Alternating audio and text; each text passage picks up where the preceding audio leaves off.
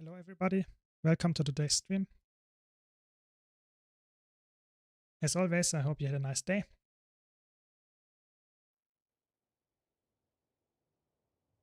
Welcome, welcome. Let me know if the sound is good. I adjusted a little bit of the GW2 volume. If it's too loud or too silent, please let me know. Otherwise, I will leave it for now. We will do some strike missions, and after that we will do some PvE guild missions. I promised that my guild members, and we want to continue growing our guild. If you want to be part of our community guild, be sure to write me an in-game message or write me on Discord or even on YouTube, wherever you want, even in the chat is fine. Just let me know. I will invite you. We take everybody that is friendly and civilized. And yeah, just a short advertisement of our guild.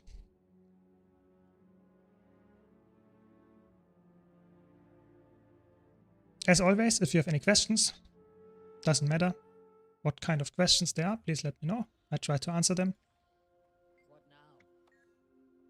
Let's buy some stuff or some more money.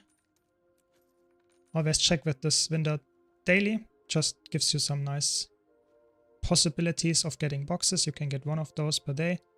And I only buy Olmakan ones and Kodan ones because they have the best loot tables. Today not that crazy, but sometimes you get some really nice 20 vials of T6 blood. That's quite nice. And also totems are in there, so definitely worth it if you do daily Dragonstorm and that kind of stuff. Wow! Heavenfire. What with the resub. Thanks a lot. 4 months already. Crazy. Thanks a lot. Really appreciate it. Hope you still enjoy the stream and my content. Trying my best here. Hope you're also back and help me with the guild missions later. Of course, it's fine if you don't have time or don't want to. It's not like it's urgent, but it helps the guild. Yeah. Perfect, perfect.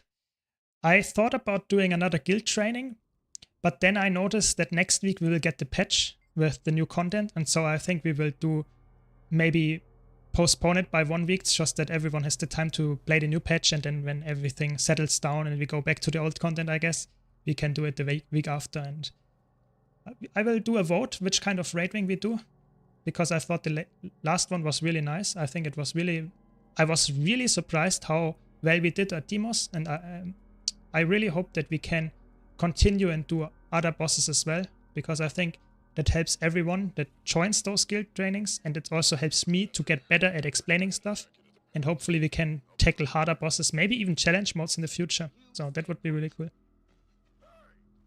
Be careful up there. Conditions have gotten worse since Vanguard left. You'll have to find another way up. Like I said, let me know if the in-game sound is too loud today. Concentration. Yeah, I also think the important thing here is that you never do guild or raid trainings that take longer than 2 hours. I think 1.5 hours to 2 hours is the maximum you can go for. I think if you go for longer trainings, the problem is that some people just start to lose concentration and others still want to keep going. And then you have some really nasty interactions where someone just fails a mechanic because they're not concentrated enough, and someone else is then really upset because of that, and then it's not a nice atmosphere anymore. So I really hope that we can continue with those 1.5, maybe 2 hours of raid training sessions, and then we get some clears because of that. And I think if we go for harder bosses, even like Demos and that kind of stuff, I think it makes sense to just retry it. So I'm really happy that it went that well last time. Welcome, Filthy, welcome. So I hope that's also in your interest as well.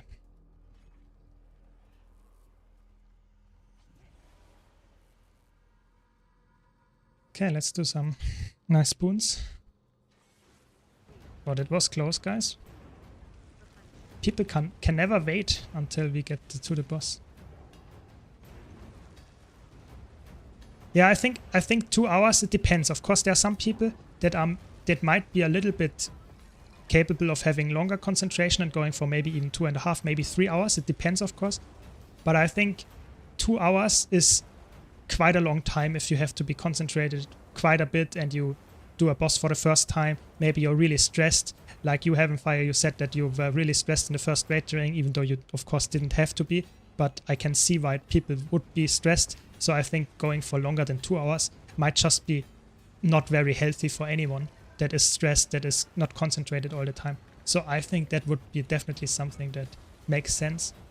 And especially if you, for example, I think one of my really main important things that I always say about trainings and that kind of stuff is that going for 2 hours on the same boss can be really, really, really annoying for people. Yeah, I think just if you look at some, let's say you are a new player and you go for Veil Guardian, yeah, and then you join a raid training and they do all really well and we kill it in 1 or 2 tries, yeah, and then you join another training and you are stuck in there for 2 hours. I think that's a horrible feeling, because I feel like at some point you just lose the interest in going any longer because someone else fucks up, someone just loses interest in doing it, and then you lose party members and whatever. I think it's really important that your raid training not only consists of one boss. Going for 2 hours on the same boss can be even more exhausting than a raid training for the whole raid wing for 2 hours. So that's why I'm really happy if I can find some experienced people so that we actually get, let's say, 1, 2, 3 raid kills per training, even though maybe some people had it already or whatever, so that we just at least get some progress and not always are stuck on the same boss, because I think that feels really depressing to some extent. The big chest that is in Eye of the North, should be opened if you do all Iceblood Saga strikes. Does it cost blue shards to open? Because I see some shards above it. Okay, let me explain it. I think that's one of the most confusing things they introduced as a reward. So the idea here is you have those big chests. This big chest you can actually open once a week. I explain everything in much detail, so might be that you already know some part of it. Just let me explain it so that you get everything. Yeah. So the idea here is you open the chests with 3 of those blue prophet shards. Blue prophet crystals. So the whole thing. Not a shard, but the whole thing. So that means you need 3 for those to open it. You can also open it with 1, but you get less rewards. So I highly encourage you to go for 3 of those blue prophets crystals. Where do I get those prophet crystals? You can get them by doing 3 of those priority daily strikes. That means you can get 1 of those per day, and you can only get 3 of those, doing it this way, per week. So you go for the weekly or daily strike mission, so that would be this one, priority strike. You get 1 of those blue prophet crystals, but you can only get 3 of those per week, so you can exactly get as much as you need to get for the chest, for the big chest. The other way to get those would be to convert blue prophet shards using the vendor into blue prophet crystals. That's perfectly viable, doesn't cost too much, you can do that unlimited if you have enough blue prophet shards. So that's really helpful in that sense, but that's not the only thing, sadly, about this chest. So that's the first thing that is a little bit confusing. So you need to repeat some kind of daily strike missions to make it worthwhile, because you should really go for 3 of those blue shards. Yeah. The second part that you actually need, and that's the crazy part here, is that you can open the chests if you already did 1 of those weird things. So like you can see here, I have 3 of those orbs lit. There are possible 5 orbs. Yeah, so let me bone skinner. So every time you do 1 of those in the week that you did not open it yet, so Cold War, Forged Steel, 1 of those in this Raven Sanctum, so Bone Skinner, the Codans, or the Frania, those count as 1. And Whisper of Jormadic and Shiver Peaks, all of those, if you do them, you get a little bit more rewards. Yeah. So you can open the chest with only 1 of those active, but I would recommend to use at least 4. So with Cold War gives around 5.5 gold in value. So that means the chest is actually quite worth it. If you go for Forged Steel as well, it gives you 5.9 or something gold value. So it's a little bit more, but in my opinion, that's not worth it, because the Forged Steel takes around 20 to 30 minutes. Sorry, yeah, it was blue prophet crystals and blue prophet shards, of course. So that's really important to understand. So do 3 of those weekly strike missions, so 3 of those daily, but of course you can only get 1 daily per day. So that means that you have to go for 3 of those in a week, or you convert those to blue prophet crystals from the shards. So I have a lot of those shards. You can convert them. Oh, come on, guys. Why can't people wait for the ready check? I don't get it. So that's one really important thing, that you go for those dailies. And then you have to go for the 5 different or 4 different ones that give you the maximum number of chests. So it's a little bit convoluted, the system. But I think it's, as soon as you understand it, it's actually very worthwhile to do. So did I make it somewhat clear, Filthy? Because if not, I can of course repeat it again, because I think that's a little bit... I was quite fast on that.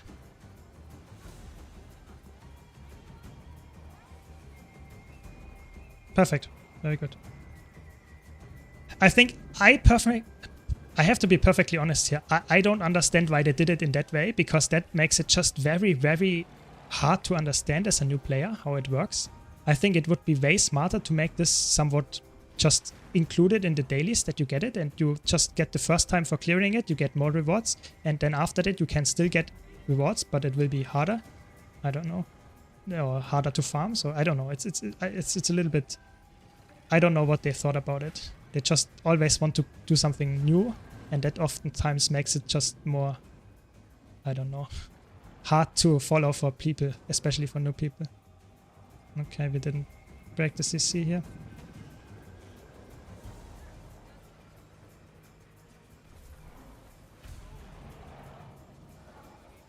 So how do you think about, what do you think about my new video? I was trying to find a lot of things and really gathered over months actually what kind of things are new for even veterans, what kind of tips are really hidden.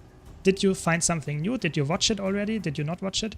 I think it was really nice. So it's called 13 tips or secrets even veterans don't know. I think that was a really, really well researched thing. I hope I found even for veterans something new. So please let me know. If you, yeah, sure. I mean, take your time. I'm always happy if people watch my videos and really try to learn something. I think that's really, really nice. Then I actually do my job if you learn something new. So don't worry. Just asking if I missed something, if you already knew everything. I don't know. For my research, I actually learned some stuff that I did not know before as well. So that's cool. Even after 12 years of playing Guild Wars 2, I learned something new for this video. So that's good, I guess.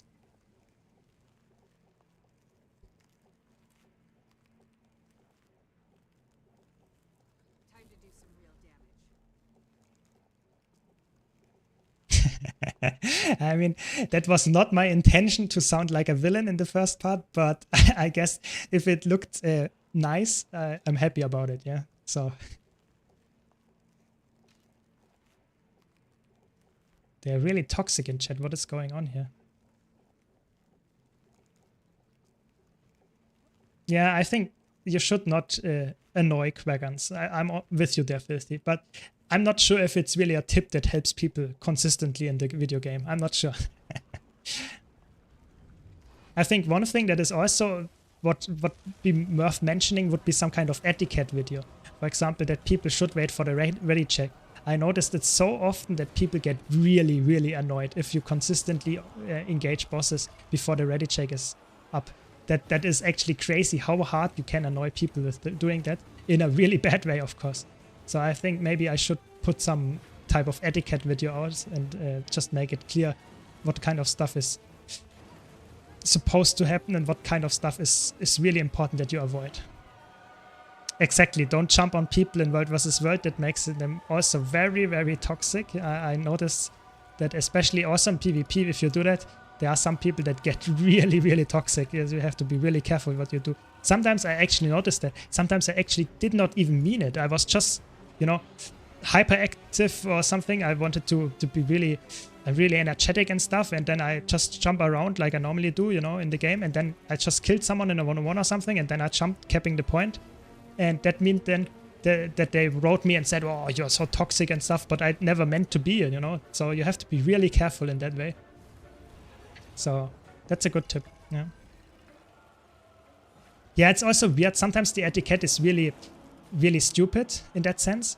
Because, for example, we recently did a fractal run and I was the elect DPS. And the etiquette, so to say, in fractals tells you that you, as the elect DPS, are supposed to do almost every mechanic in this fractal run, yeah? Which is totally fine. I don't mind it. But we had a group, so to say, that actually did all the mechanics correctly. We did not skip, for example, stuff in the CMs. And I expected, just because what we normally did, I expected that we skip mechanics.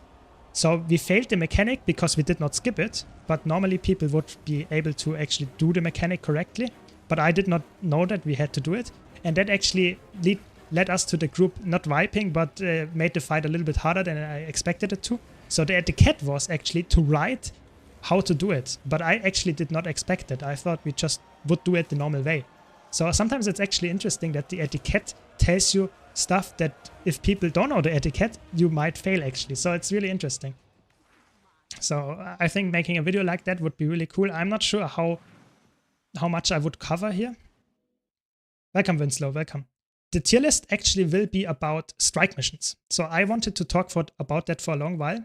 Rating all the strike missions that we have, because I'm actually a strike enjoyer. I do a lot of strike missions. You see that also in my stream. Most of the time I stream some strike missions. So I wanted to rate the strike missions.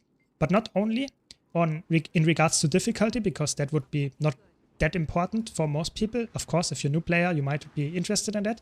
So I will do that. But I will do a second tier list in tandem with the first one, where I rate how well the strike mission is designed.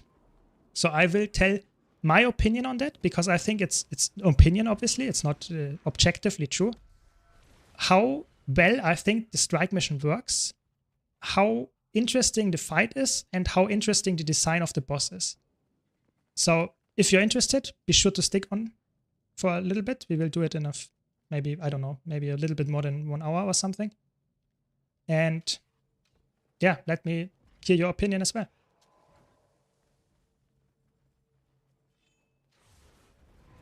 Because we did a tier list on stream on Saturday as well, and there was a lot of nice conversations going on there, and I thought we should go for the next one as well this time.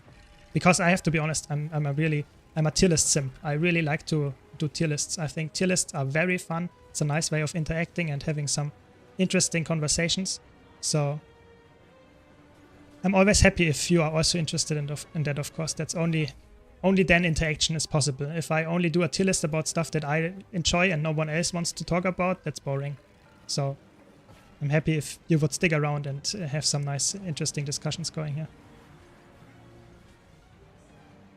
Yeah, I think tier lists are a great way of interacting with people, because oftentimes people in YouTube comments, if I just talk about a topic, oftentimes it's not like they are really interacting. But when I rate something and really say this is only A tier, then they get offended, or they at least have some opinion on that and they share that. I think that's really important, that you have some kind of topic and discussion sparking thing. Because if you only tell in a really monotone voice and talk about stuff and no one is interested and really don't really show it on screen, people are not really interacting with you. But if you show it in a tier list and you put, for example, Wilbender in C tier, and they say, holy shit, I would put it in S tier. Why are you doing that? Then we get some nice interaction going. So I think that's really nice.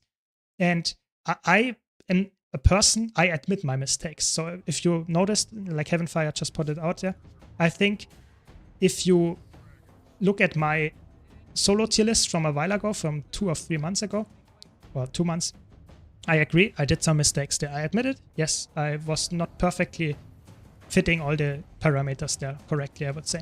But in my second one, in my update, I actually think it's quite clean. I'm quite happy with my rating. I would say everything is actually in the place that I would put it, at least after some discussion with the people in chat and stuff. I actually would say this, I'm still happy with that. So I like to iterate on my stuff. So glad that you actually noticed that, yeah. So today I was pissed roaming on Power Mirage.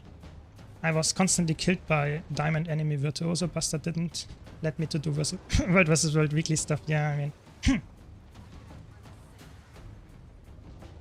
Yeah, that's the problem. I think World vs. World, you always tell me that, and I have to tell it to you now as well. World vs. World is war, you know? You can do whatever you want. Nothing is really forbidden there. So that of course leads you to that situation where people just farm you because they are happy. So sometimes I see people standing on the spot where the veterans spawn, where you get the event that you kill those veterans. If you kill them, I mean, there's nothing wrong with that, you know? They are just standing in a zone where you can kill them. So I think I get what is going on there. I can see both sides actually. So maybe just map swap and you might get a better chance of getting your weeklies done. So just saying, sometimes just accept it and flee, you know? Yeah. But I don't do it, to be honest. I'm always, if someone stands there and is AFK, I actually don't give... So I try to be very noble there, because I play the game for fun and I want to have also fun by outplaying someone else and not really killing AFK people. That's not something I enjoy, but it's not forbidden or something, so you can of course do that. So I don't know, it makes sense. I will tune down a little bit the sound, it's quite loud. But like I said, I think World vs. World, in that regard, you can do whatever you want, and that sometimes leads to situations that you don't want to really be in, I know, but in my opinion, I think it's totally fine. But it can be, there was back in the old days, you know, the Obsidian Sanctum jumping puzzle, you know, where you have here with the jumping puzzle. That was one of the most toxic places in the game, because there were people that had to do it for the legendaries back then. Back then you had to complete this for the legendary. And people were just standing there the whole day and really be annoyed and kill people, knock them off there just for fun. And that was, I would say, one of the most toxic things they actually introduced in the game, because people actually needed to do that for the legendary. So that was really, really annoying. So I think that's where it goes a little bit too far, I would say. But in the end, it's still World vs. World, you know, that's open world PvP in a nutshell. You can do whatever you want. Yeah. I think yesterday I walked by you in World vs. World on Red Border. You were just standing there and moved, and we're standing again in a random spot. No, it's fine. I mean, I try to do my videos in places where no one is. So if I really stand there and don't do anything, then typically if it's in a public spot, like in World vs. World on a border, that's nothing problematic. Just do what you want to do. If I'm standing on some kind of rock in the middle of nowhere, in some kind of deserted PvE map, then maybe I will do a PvE video or something. But if I'm in a public World vs. World map where a lot of people are, no problem. Just do whatever you want to do. You can continue your game as normal. If I do a video and you're in the way, I will also message you. That's not a problem, of course. You waved. Okay, that's good. No, I think sometimes I'm just in World vs. World or whatever and doing stuff while I do something else to just get more ticks or something, because I feel bored by the stuff that I'm doing in the on the other monitor or something. So just telling you, yeah. It's typically you don't.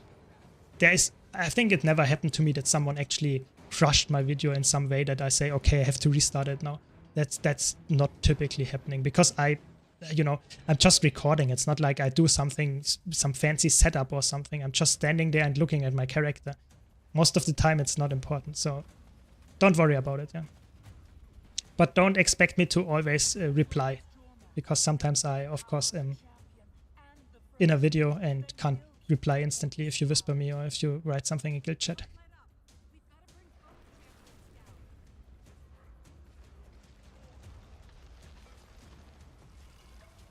Okay.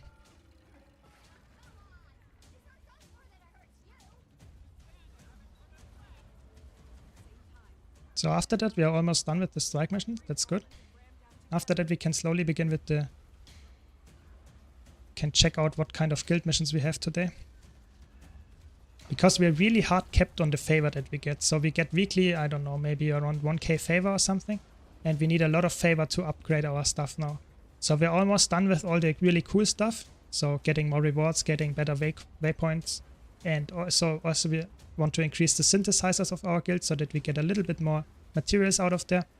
But if you're done with that, then there's, I would say, mostly cosmetic stuff. I'm not sure if we want to continue really hard on that, or if we just say, okay, I don't know, we do that slowly and continue whenever we have time and enough people to do stuff. Because it's really grindy and really expensive to upgrade the guild hall to the maximum level. We're at level 13 now, and if we go for the full thing, that's crazy. That takes a lot of money. And I'm not sure if we are really that try hard, if we really want to go that hard, because it's only necessary if you have people that want to decorate the guild hall and make some really cool stuff in the guild hall, because only then it makes sense. Yeah, but I would say let's take one step at a time and start slowly and upgrade the synthesizers and the buffs. So for example, the buffs that gives you, for example, experience gain or world versus world or PvP reward track gain, I think those are really, really nice if you can get those running. I think it can be a long-term goal, but the guild is new and most people already are in at least one fully upgraded and decorated guild. Yeah, I agree. I think it's more like a community project. We can do it long-term, but I think we should not burn out and invest all our money and all our time into it. I think just going slowly is often the better way. And it's not like we lose a lot of stuff by not doing it. Yeah. I think if we have the synthesizers and the buffs, there is not really a long-term thing that we will lose by not completing it right now. I think that's a very good thing about the guild horse. Also, I think the system is actually quite good. Of course, it's a little bit annoying with the storage and stuff, because I don't know if you noticed, but you can not really access it that easily. You just have to have the stuff in your inventory, then double click it, and sometimes it works, sometimes it doesn't. It's a little bit annoying, but I would say in the end it's probably not that bad. Yeah. Oh, I'm on the wrong build. Let me out of combat, please.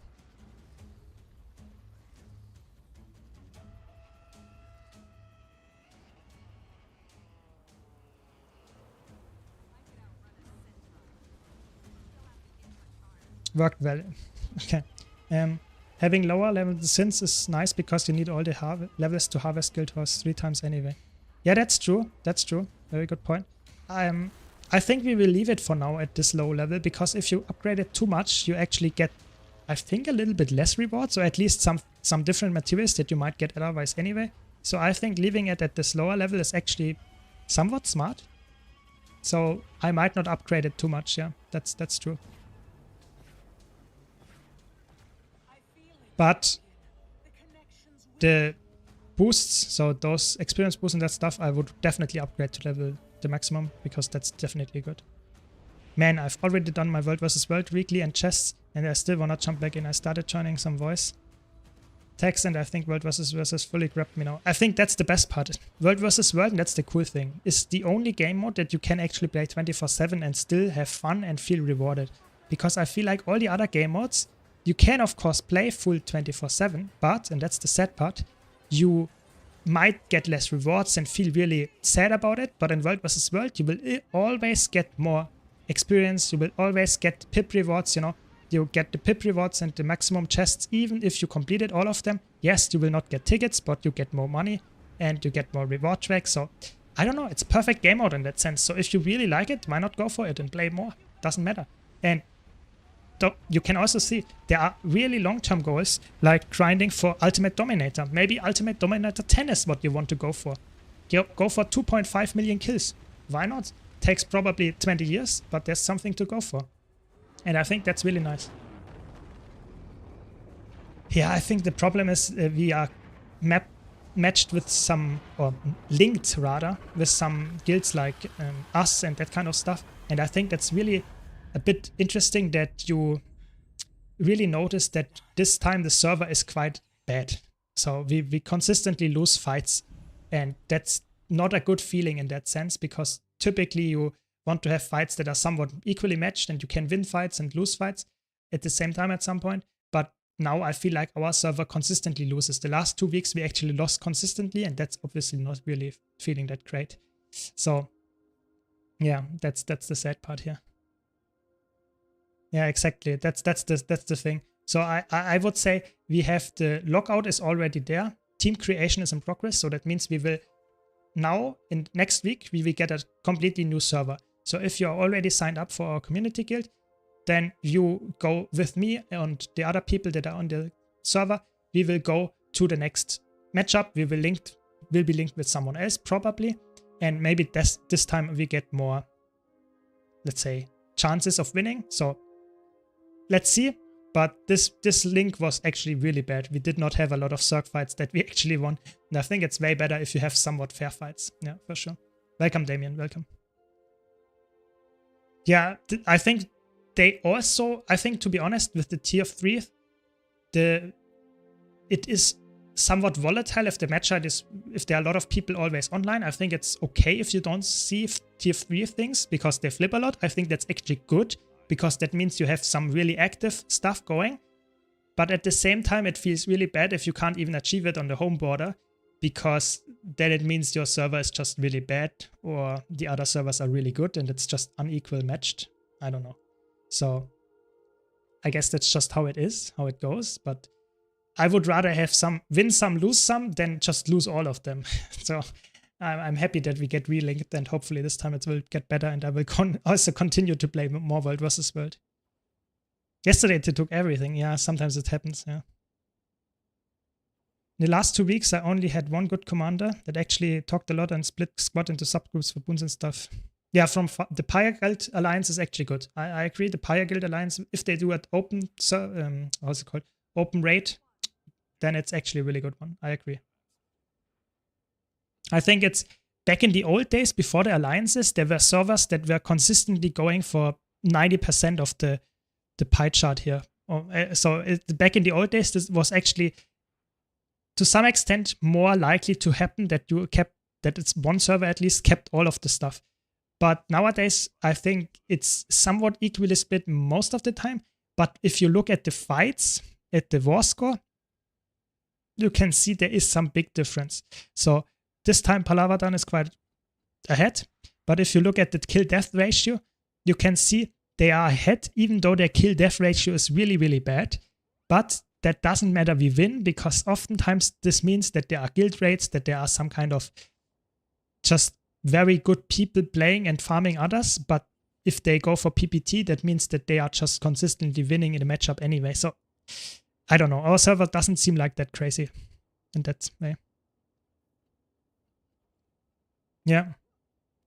Yeah, hopefully we can also go for some guild stuff as well in the future. Maybe Heavenfire, if you get the commander tag, maybe you want to command. I would be up for that. So let's see. I would be happy. Doesn't have to be good, of course. You have to start somewhere. But maybe you will be the new guild leader. Yeah. Are we staying on Fortune's Well? I don't think so. Typically, you have the guild, and next time we will go for a completely different server name.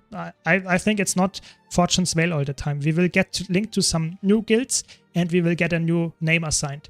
We might stay, but typically the chance is quite low. So I would say probably not. Yeah.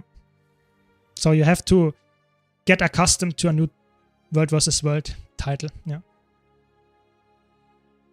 I mean, being red is not depending on which kind of name your server gets, because you can be Fortune's Veil and you can be red, you know, it depends on the week. So you have to, that's the weird system. So every week we get 2 new enemies, and that also means we might shuffle our color. So we go to a new color. But if we have the Fortune's Veil tag, we can be green 3 weeks, and the 4th week we can be red. So that can happen, but like I said, it matters not on the server name. Yeah. I mean, it's fine. You know, you have to start somewhere. Maybe we start as a PPT guild run or something. So you just tag up and we go for some towers and capture them without much contest. And if we find some people to fight, you can make some short calls, what you think is right. And if it works, nice. You know, that will work in the future maybe too. And if it doesn't, yeah, then we learn from the mistakes and try again. So I think that would be nice. Why not, you know?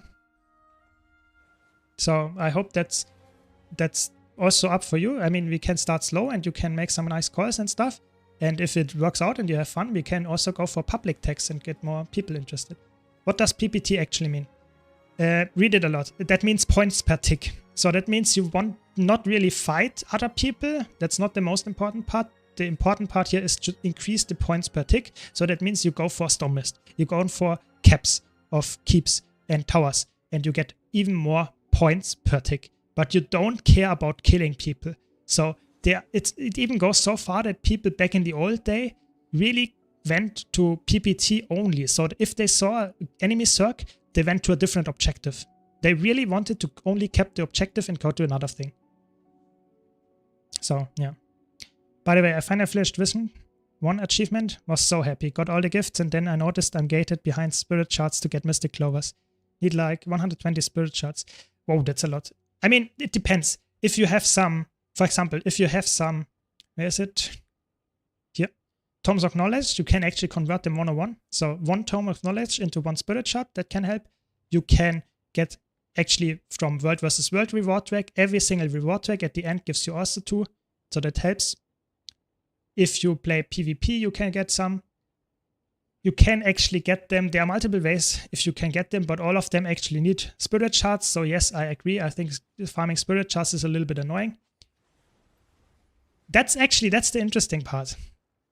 I should have put that in the video as well. Oh, that's so sad. I should have put that in there as well. So you see here, 605. Ah, you can't see it. Wait. Here, 605. Yeah, I'm the mastery rank 605. That is the maximum. And on the right side here, you can see I get a spirit shard after around 250,000 experience. But, and that's the interesting part, even if I would not have been maxed in Central Tyria, where I'm currently at, and I can't get more experience for the current mastery, so I'm locked, it's completely filled here, the bar. In the background, you actually get more experience, and as soon as you reach this 250,000 experience, while you are kept out, you actually get a spirit shard. It does not matter if you are kept and if you can't go further because of the mastery points. That's really sad. You can't see that, but you get the mastery or the experience anyway. So please really take that, be aware of that, and try if you want to get more spirit shards. Doesn't matter, you can farm them anywhere, even if in the maps that you already have the stuff. It's really crazy. No one tells you that. It's not written anywhere in the game, but it works like that. There is some kind of hidden experience bar that is used as soon as you reach the first experience bar and you can't progress this any further. Really weird, but it works like that. Yeah, I think it's the sad part is you don't know this because you will get it just into your bag, you know? It's not like, oh, I got a spirit shard, you know? It's not like a pop-up. It just increases here by 1. And you don't see the spirit shard bar or something increase. You just get it passively. But if I get experience in Icebrute and I haven't maxed Icebrute Saga Mastery, then I don't get spirit shards. So if you are like me, let's say you are leveling, I level to 610. I know it's not possible yet, but I want to level to 610 and I would get the next 5 mastery points if I reach that. And I get more experience here. Yes, you are correct. It would go into the first one. But, and that's the important part, if you are kept, so if you only need the mastery points and not this experience anymore, then it goes back into it. And if you farm on a map that is actually, for example, in Central Tyria, and you are not maxed in Path of Fire, you will still get it here. So, yes, you are correct. There might be a scenario where you don't get spirit shards because you are in the middle of a real mastery rank up, but that's not often the case, I would say. Yes, if your core mastery track is, or if your core mastery is until to the right thing. But like I said, the only important thing here is that you only need experience. So that means if you, for example, Heart of Thorns, you only got to advanced gliding, you don't have the ley line gliding yet. Yeah. And you, to level ley line gliding, you need all of those 12 mastery points. But you already are at the maximum of the advanced gliding. So you reach that and you are up to the maximum. Then you get the experience. But only if you're in the ley lining gliding thing and you're in the middle of it. So you have 1 million of the 2 million or something that you need. Then you're in the middle. Then you don't get experience. Then you are correct. But I would say then you can still farm it. And as soon as you reach the 2 million of the ley line gliding and you need the mastery rank, mastery points, then you get the experience. So yeah, then of course, then you are in some kind of really special thing that you actually have too much mastery points or you are grinding the game very hard, but you are actually not playing enough of the content that gives you the experience for this region. That's a luxury problem, I would say, because that not a lot of people actually play that much. Yeah. Yeah, it happens. Yeah. Like I said, you can get Tomes of Knowledge very easily in PvP and World vs. World. That can help. Other than that, I don't know. It's just playing more. And of course, you can play a lot of meta events that give you a lot of experience. For example, Dragonfall gives a lot of experience when you run around with experience boosters. You get a lot of experience. That helps. But typically, I would recommend, of course, Labyrinth Farm. That's crazy. That gives you the most amount of spirit shards probably, but currently it's not Halloween, so I can't recommend that. Yeah, I don't know. Yeah, I think the problem is you're going for masteries and stuff that are not the newest, so it's a little bit, it's the older expansions that not a lot of people always play all the time, so it can be quite a grind, because when they released, a lot of people actually played the maps and it was quite easy, but nowadays it's not that easy anymore, so I totally get that. But I mean, what can you do? Okay, so let's start up a squad. And we can do some guild missions.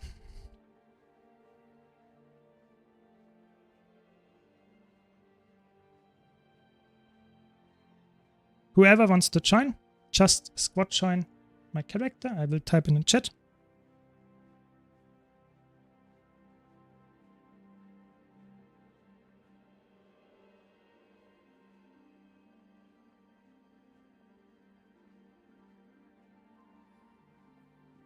Oops, 1 second. That was not the command that I wanted to put in there. That's it.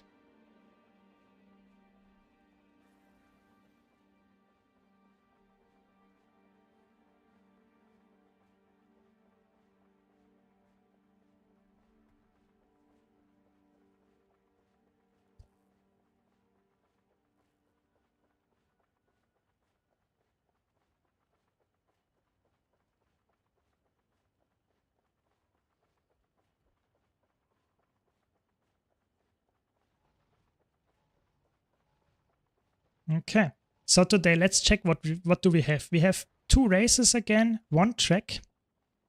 Track is quite easy actually, I would say. And then we have 1 puzzle.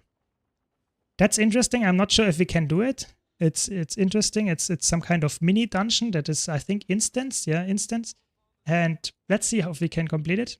We try at least. And the 2 races should be quite doable, I hope. Let's see. Like I said, everyone can join. The funny thing is you don't even have to be in the guild. You can get participation even if you're not in the guild, for whatever reason. So which puzzle do we do? I think it's Langmar Estate. I don't know what kind of achievement is hidden behind that. Maybe there is I'm not even sure if there is achievement for guild missions. But let's see. We can try. Thanks for the follow. I'm EP. Thanks a lot. Okay, so what do we do first? Probably one of the races. We start easy. Dredgehound Cliffs, I guess.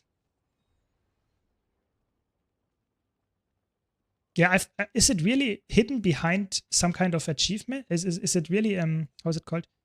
I think that might just be a normal jumping puzzle, Heaven Fire. I'm pretty sure about that. But, I mean, I'm not that good at jumping puzzles. I'm happy that I did them once and that's about it. I have to be honest. I'm really bad at jumping puzzles. I tried my best, but some of them I did actually never complete. What did I? I think some of the jumping puzzles I never did. Let's check. Where is it? Jumping puzzles. Ah, one. One jumping puzzle I did not do. All the others I actually managed to complete at some point. But this one is really annoying. I think that's the one in Lion's Arch. I never did it. Or I never completed it, rather. I'm not sure. Yeah.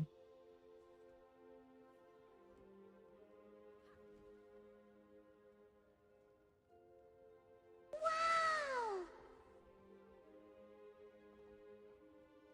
Thanks for the subscription, for the Prime. Thanks, Dex.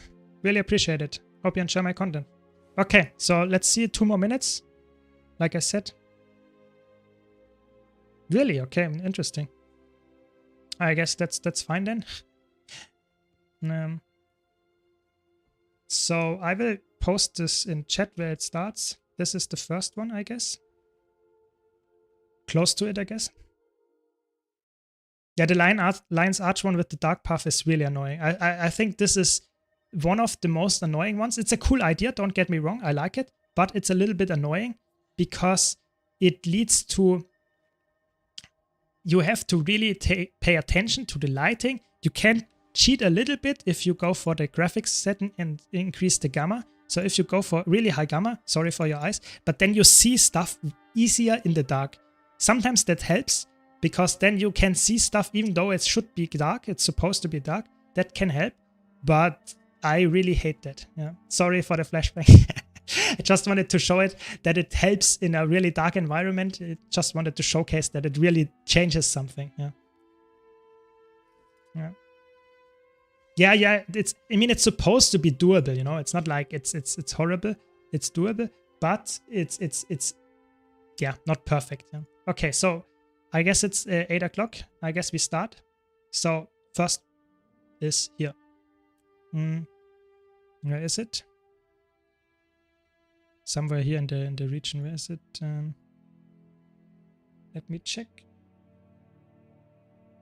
It's supposed to be somewhere here. In the south of me. Sorry. Yeah, somewhere there. It should start the guild track. It's just again,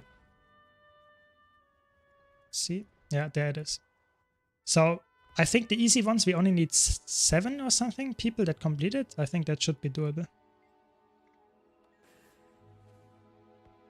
Oh, 15. Okay, let's see. We try our best. We have 4 people. Let's go. So what do we have? Search the area for traps. We have a... Okay, we have a teleport. We have a clone. Okay, let's do the clone. Distracted.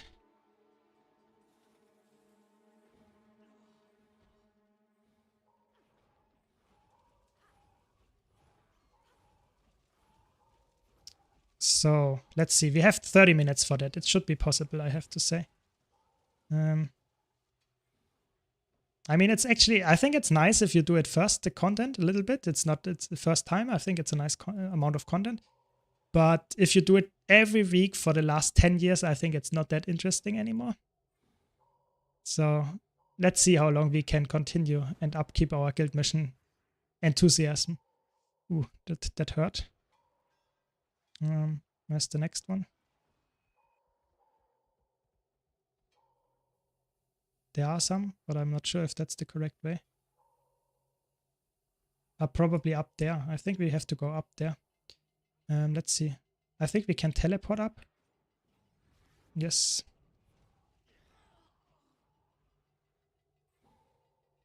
That's good. Very good, you made it. Oh, that's annoying. How can we... Okay. No. It killed us. Oh no. Okay, try again. Someone made it. That's good. Not from our guild, but that's okay. That's the cool part. We don't need actually to complete it. If someone else completes it, it's count as well. We have 14 more goes. Very good, very good. Thanks, Elena. Thanks. I'm really happy about the 3K subs on YouTube as well. Was quite a grind, I have to say. But I think it worked out. I hope we still keep going though. Yeah.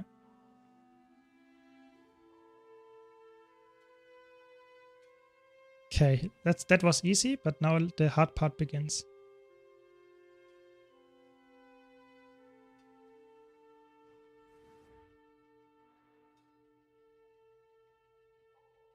I don't even know how this is supposed to be done, I have to be honest. Maybe we have to teleport above it. But I don't even know where to go here. We have to go up there. We have to go up there. Nice, that's the one.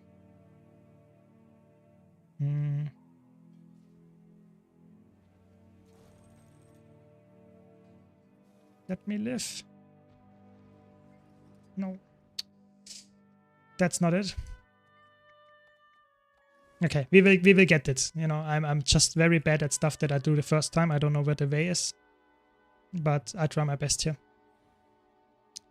One step at a time, I guess.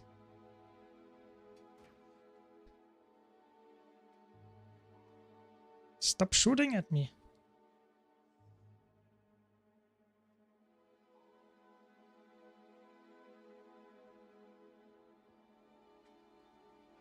Okay, a few more traps. This is actually really helpful. 4-second teleport? That's actually crazy. Use that really, that's really good. Use that very often. That's good. It's actually crazy. It's also 900 range. Oh no, I'm in the wall. Okay, it worked out. I guess here. Stop it. Okay.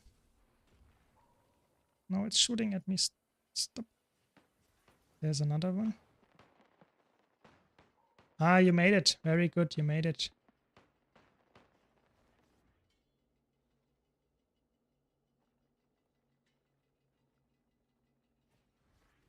There's another one.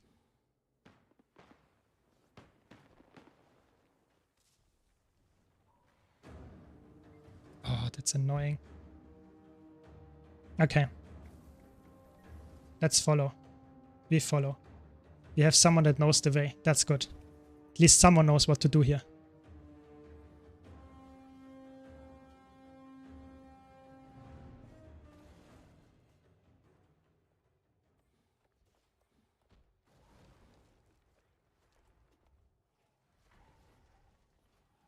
Just be careful to not die. We don't want our leader here to die.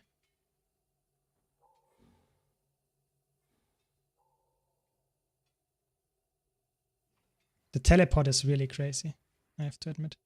If you use it correctly, not like me, and use against the wall. Very good.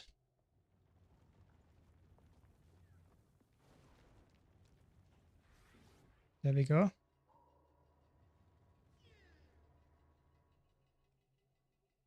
Okay, so far so good. That's where I was before as well. If you're in the wall, you can just use it again. And you should be able to actually teleport out of the wall again. It's a little bit weird, but that's how Guild Wars 2 combat sometimes works. Yeah, if you're in the air, normally you should just teleport again against the wall, against something else, and you should be fine, I would say. Okay, I drop here, yes. Ah, then I go there. I guess that's... there we go, okay. And here, very nice. That's good. 6 more to go. We have 23 minutes. I guess that's good. I think it should be doable. Good job, everyone. Yeah. 10 more. Very good. 5 more, sorry. Yeah, we are at 10 already. Just use your teleport skill. It's really helpful.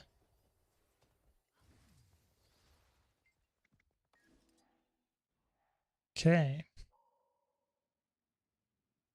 It's actually quite fun. I like it. It's sadly it's not that rewarding if you just get 1 guild commendation and that's about it. But I guess better than nothing. Back in the old days, those were the only ways to get Ascended accessory. So I guess makes sense that you had to farm that. But nowadays, it's not really necessary.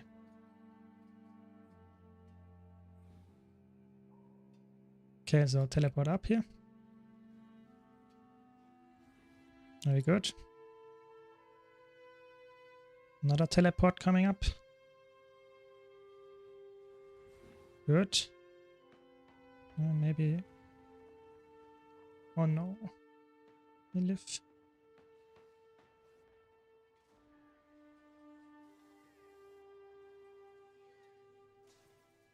Oh, let me live.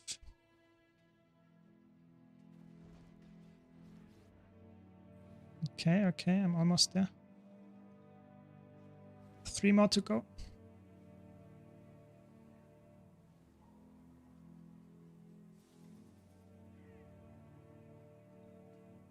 Okay.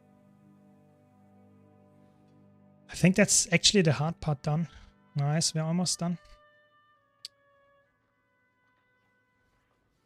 Good. One more.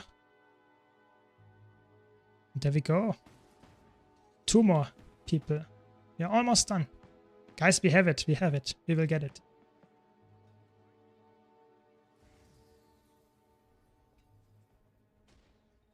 Good job, everyone. Thanks for the follow, Falrod, by the way. Thanks. And welcome to the guild. I sent you the invitation. I hope you accepted it already. Very good.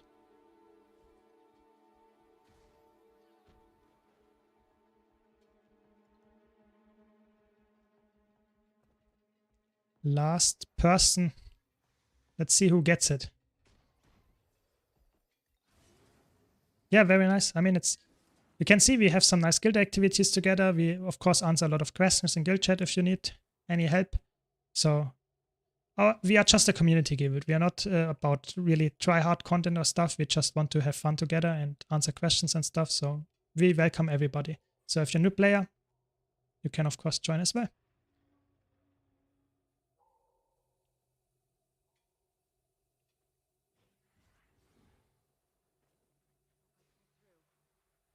Okay. Nice, we did it. We did it. Good job, everyone.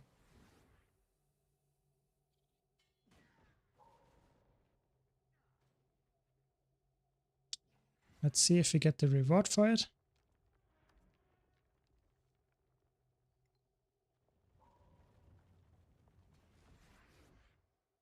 Because only then we can leave. Still trying to get used to the game. This guild, what I needed. Yeah, I don't want hardcore guild. Yeah, perfect. I mean, it's not like we have some people that are really experienced in here, for example me, but you don't have to be a hardcore player to be in a guild or something. Yeah.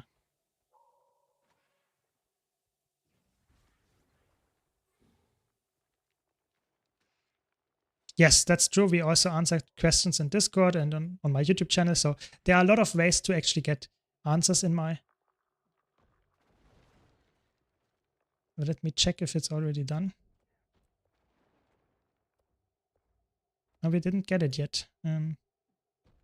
Why did it not finish yet? Hey, could I use my glider actually? It's interesting. Sometimes it's so weird. Yeah, we try to answer questions everywhere. I think it's important. If you're a new player, we like to answer questions everywhere because I think it's really important. New players in Guild Wars 2 are the flesh and blood of our community, because if we don't get new players, we have a big problem. Yeah, I think we can go next, but I just want to be sure that we actually get the favor, because we did not get the favor yet. I'm not sure what's the problem, but I'm here for the favor, not for the guild commendation. I'm not sure if I can end it actually, because it says abandon, you know, it says here abandon mission. I don't want to abandon it. I want to complete it. Let's check if I can stop it. Talking to this guy. Yes, I can end it early. There we go. Let's wait shortly. Race completed. There we go. We got it. Okay. Next up is the track. Hopefully that's not that rough. So we now have to find 5 mystery targets in 15 minutes. So let's go.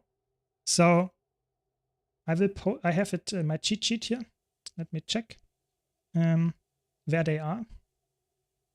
I will post some waypoints. So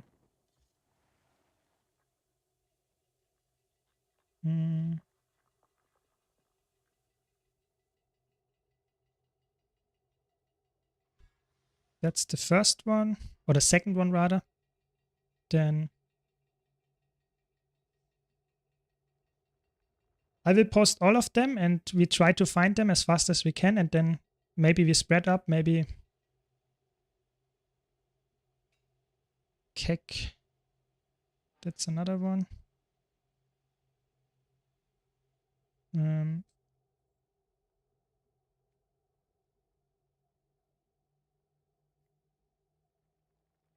second. That's another one. Then we have Eisenfell. Okay.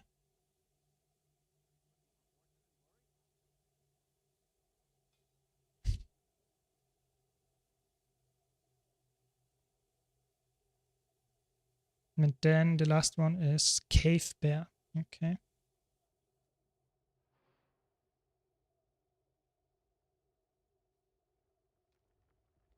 Okay, I will go to the last one and check it out. Okay, that's not that hard. It's actually directly next to the mining thing, I guess. Does the timer on guild missions actually have to run out? No, they don't. So you can just complete them. But of course, it's quite a long timer if you already completed it. So I can stop it early. That's helpful. There we go. Good job. That means we have the cave bear thingy. Did you interact with it? I hope so.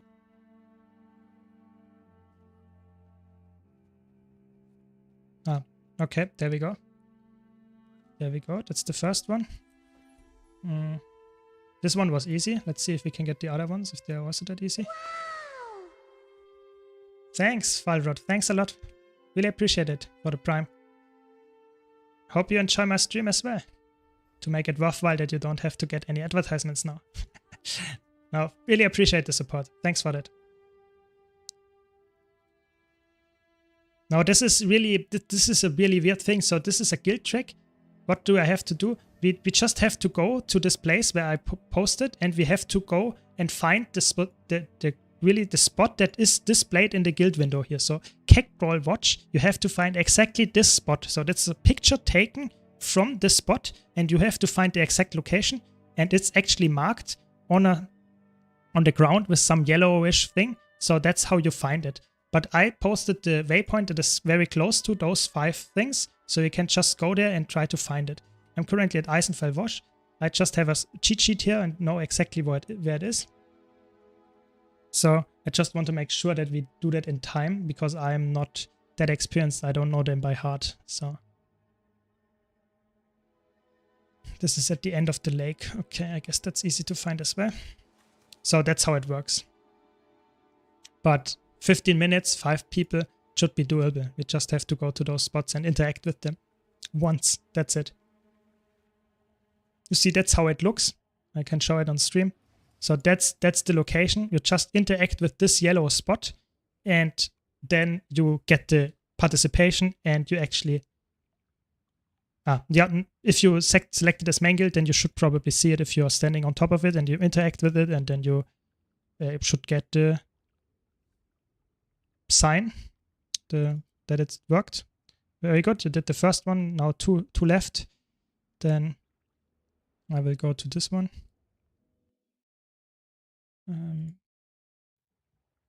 What was it called? Those names. I forget those names. Fathom 5 force field. Okay.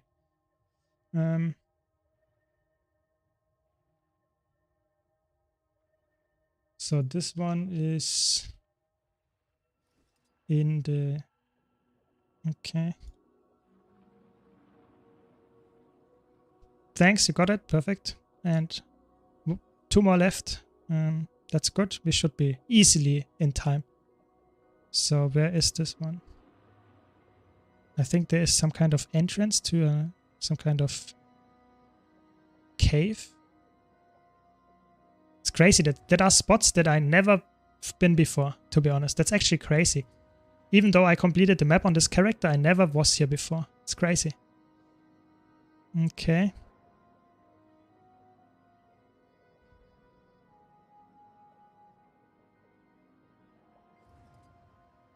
Where is it?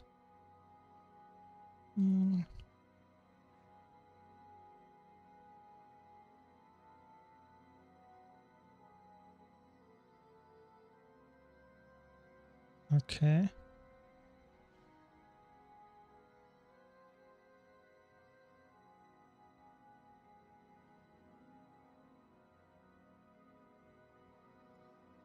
Okay, on the seafloor. There it is. Very good.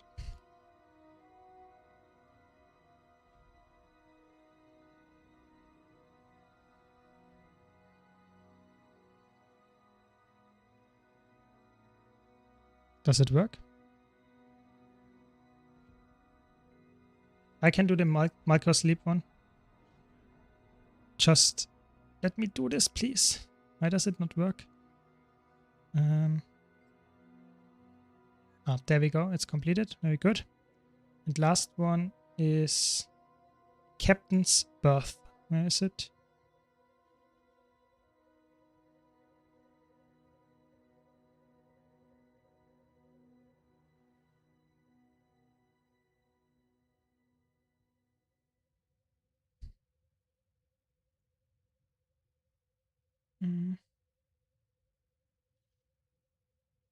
Lights waypoint. Where is Lights waypoint? This is in micro sleep. Okay. And underwater. Okay. I guess another one. You completed it. Perfect. You were faster than me. We did it. Good job, everyone. So we will get the rewards in a second. And then we can... Yeah, you got it perfectly. And now we go to Frostgorn Search. I will send you the link. 1 second. That's another race. Will be a harder one. Sorry. Let's see.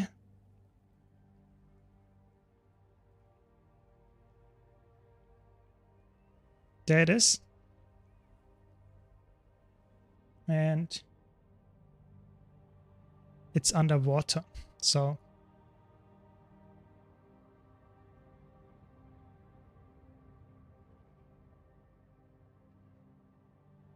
okay, so it's somewhere in the south of the waypoint, south here. Okay, they already started it. Let's see if we can join in. Launch mission. We have 5 minutes. We will try our best. But they already have 3 people completed, so let's see. Follow me. You know it? Okay. Then we will do that. We have someone that knows the way. Filthy, that's the Quaggan you were talking about. We are now Quaggan and we have to swim fast. No,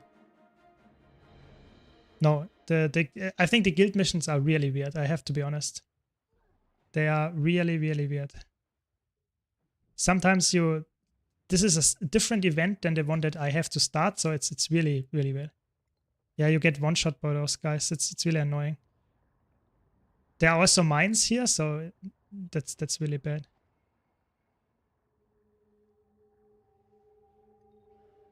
We try our best. If we can't make it, that's fine. We try our best. And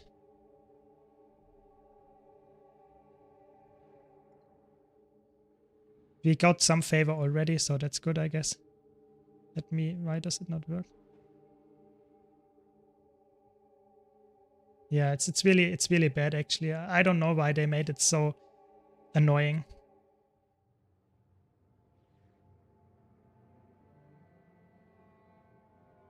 Okay, I'm here. Next one. I just don't know the way. I think I see the way, but I have to be careful here. Ooh, that hurt. And the chill. That's nasty.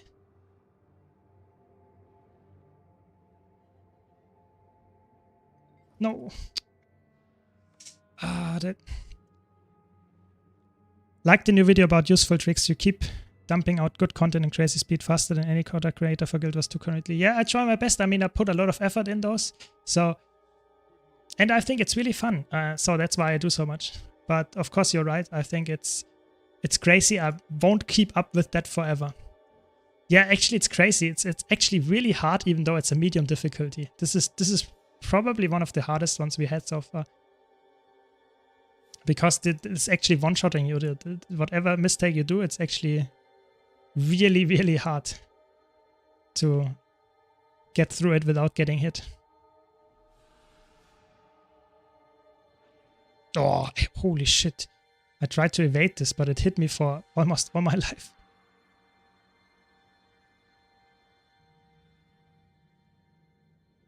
I'm not sure if we can make it in 2 minutes. We have 12 more to go. I mean, we can try our best, but it's unlikely, I would say.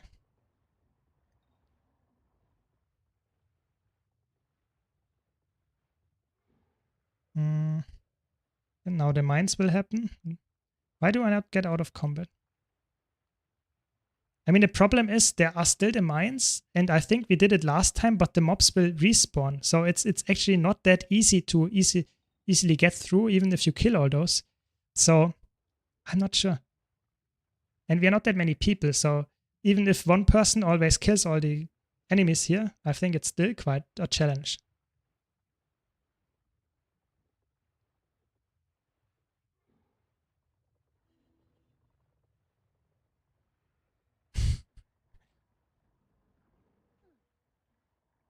So, how many more do I have to go? Please let me just live. It's not possible. I mean, I think it probably takes a lot of time editing so many videos per week, yet I feel almost every day I see a new video from you on YouTube. Front page testen. Yeah, I mean, I'm happy if you see it. And I would definitely... I would agree that it helps if I push content out very frequently, because then I get to more people and reach them. So that's why I do it. I also have a lot of fun doing it.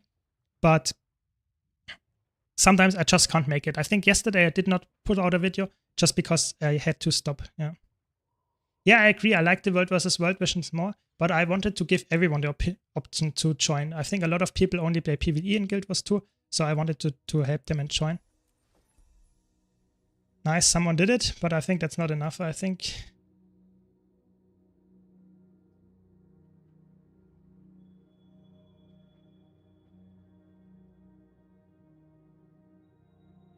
Yeah. So, I guess we tried. Yeah. I saw the trailer. What do you think about it? I personally think the trailer is nice. Looks good, but it's just a new map. So, I don't expect too much, because I'm not sure if it's actually a meta event. I think they talk about some kind of events, but I'm not sure. I really hope it's not something like Lowland Shore, where you have to just complete some events and that's it. And then after 1 week, you're done. I really hope they will do more stuff in the future. That is more longevity thing. I really like to have that. Can we start it again? We can try it once more. We have 15 minutes now. We can actually do it again if you want to. I can kill those enemies if you think. Yeah, I think it's a really nice idea.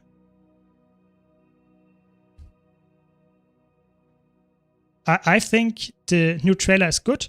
I think the blog post, to be honest, was a little bit of not really interesting. I think it was okay, but I think it did not tell me too much. I think it would be cooler if they would really say, okay, we get this kind of new content and stuff. But I think the story looks very promising. I'm not sure how much content we actually get, if it's some kind of content that is actually really longer than 2 hours or something, because typically the story patches only take 2 hours. So I really hope that the new patch will actually have some more content for everybody. But I'm really happy about the new map. So that's it. I think the new legendary backpack will be in the last balance, not last balance, but in the last patch. So not this time yet. So it will be next time. There will be the backpack in there. So I think it should be in June, probably around this. Yeah, that's the sad part. It's not really having any longevity content. That's the cool part. We get legendary, not legendary, the normal challenge mode for the raid. We will get this. And 2 weeks after after the next Tuesday, 2 weeks after that, we actually get the legendary challenge mode. But that's only for a fraction of really hardcore players. But I guess it's nice to watch the Race to Worlds first. I think that's really good. But other than that, I would say we get the map. The map is the best content we get here for sure. So Falrut, I actually have a guide, some kind of tier list on my YouTube channel where I talk about the most important things that you should get as a new player from the gem store and stuff. So be sure to check that out because that helps you. Short answer is it depends on what kind of content or what kind of player you are. If you want to have back slots, if you want to have... Wait guys, I can help you.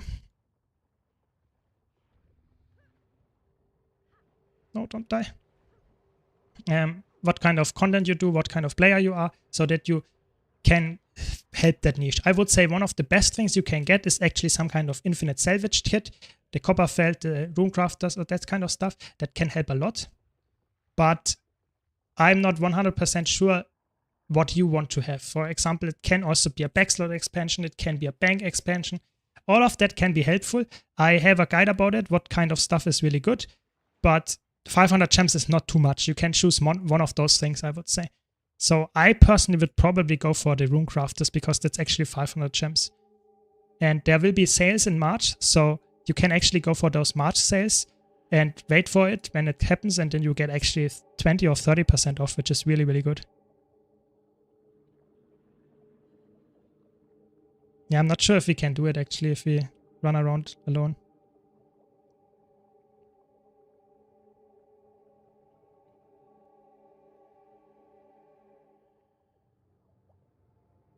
Let's try and help each other.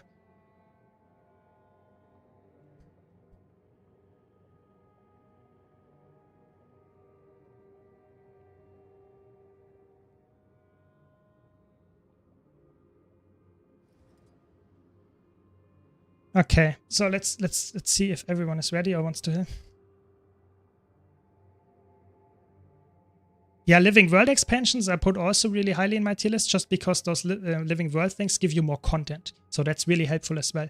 Depends on what kind of stuff you already have unlocked. But I would say Living World Season 4 is very helpful. Living World Season 4 and 3 are really, really good. I would highly recommend to get those. Sometimes you get them actually quite cheap with the sales.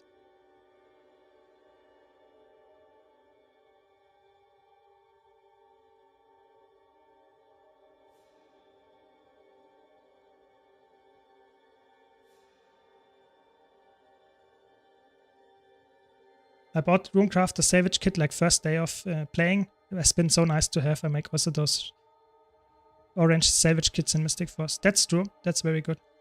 Living World Season 4 is also very good. Yeah, both of them are really fine. So I hope no one is offended by that if we skip this mission, because I think I'm not sure if we can do it with 5 people in 10 minutes. I think that seems really tough. I would say rather do the puzzle here. I hope everyone is fine with that. Let's check where it is. It's here. I think this one is always contested, or is it? I think this one is always contested, this waypoint. Yeah.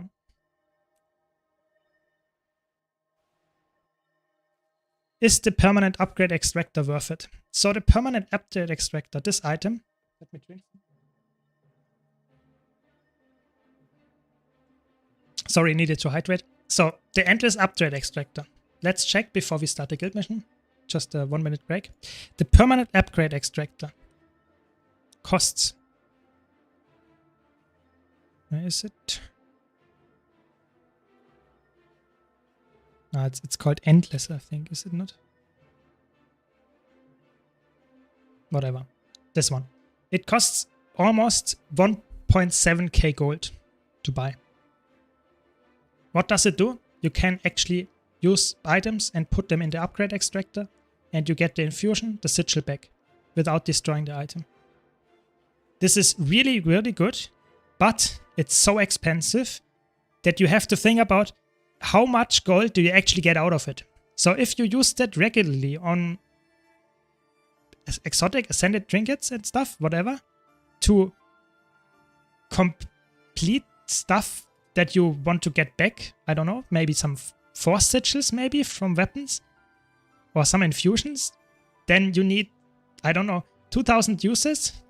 It's actually quite a lot. So if you are not a trading post baron, if you are not, I don't know, swapping gear all the time and not having legendaries, then I would say it's not worth it. So I would say the permanent one is for most people not worth it. Yeah. So yes, it's nice to have, but there are also one-way uses that you can also get from the Wizard's Vault. You can actually get from fractals, get those upgrade extractors as well. So if you use those on the really expensive items, then you actually don't have to purchase the permanent one and you don't have to use the other ones. So I would say probably not. Really, it's just a long-term thing. What's the item to the left of your bank contract? That's an endless reinforcing canister. That just always, if you double-click it once on the character, it will, if you have it in the shared inventory, it will give you always this reinforced armor buff that you can get by interacting with the... Where are they? Sometimes they are there. Those smithing things where you can actually get this small buff that gives you a little bit more health and defenses. Yeah. Okay, so let's go together to the thing here. I will abandon the last mission here. And we can try the puzzle. There's the puzzle. It starts somewhere here. There we go. This is a little bit weird. I start the puzzle if everyone is ready. And then you have to interact with this thingy and you have to go into the instance. Yeah. So this is the mirror puzzle. Actually, I never did it, so I don't know. So whenever everyone is ready, I will launch the mission and now we can start it. And you now have to select the... Where does it start? 1 second. Come on. The guild that you want to join. Be sure to check the correct one, otherwise you end up in a different instance. So let's see if everyone is here. Nice, everyone is here. I will start it. And I don't know what happens here, how it works. Let's show 25 minutes. Let's see how it goes.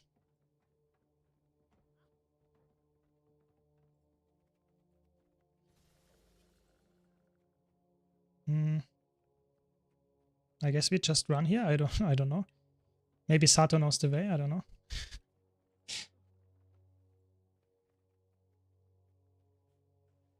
Maybe I have to cheat a bit.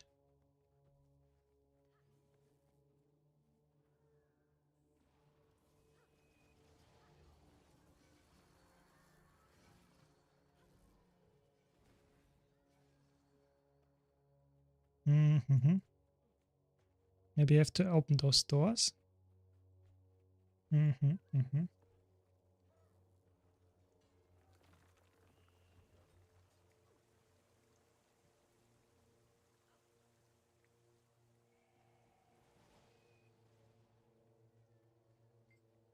Okay, you get a weapon and certain weapons are strong against archers. Okay, so the bow beats the human sword. The char sword beats the human staff, and the char staff beats the human bow. What does that mean? How can we do the puzzle correctly? Can we move those, or how does it work? Do we get a weapon or something? And we kill those probably.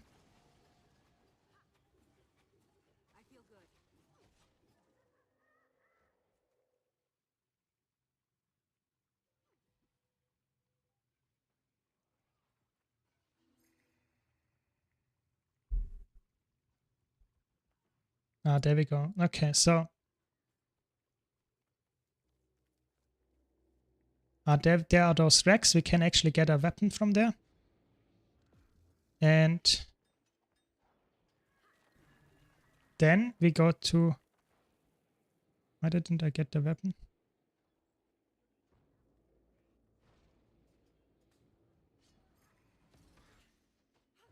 Okay.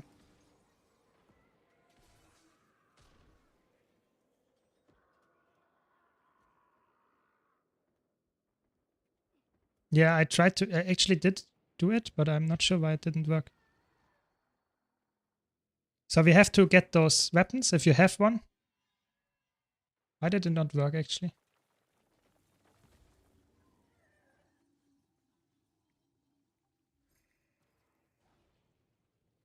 Ah, there we go. Okay, so now I have the sword. I have to use the sword to kill the human staff. Where's the human staff guy? There it is. And place it in the hand of the Char. Okay, this one is correct. Then the human bow gets beaten by the Char staff. So if you get a staff, you can place it here on this one. If you have the longbow, you can use it here to beat the sword. Very good. You need one staff in the middle of this one. It's a little bit annoying, but I think we can do it. Okay, there we go. It's a sword. So sword beats staff. That's this one. And then we have a longbow. Very good. We only have 2 more to go, I guess.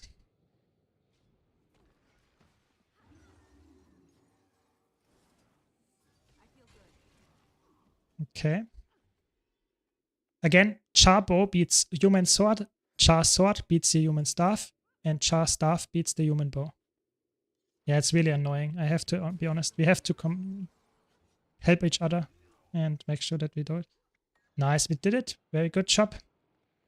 Now we're at the gallery.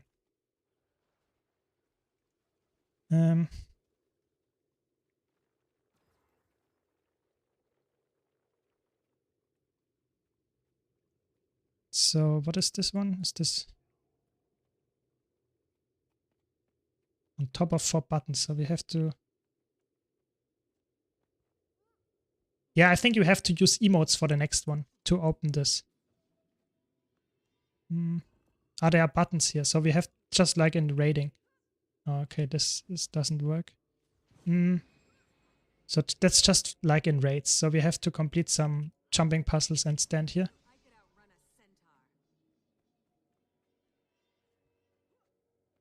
4 buttons. So if you're on a button, please stay there, and we try to get the others.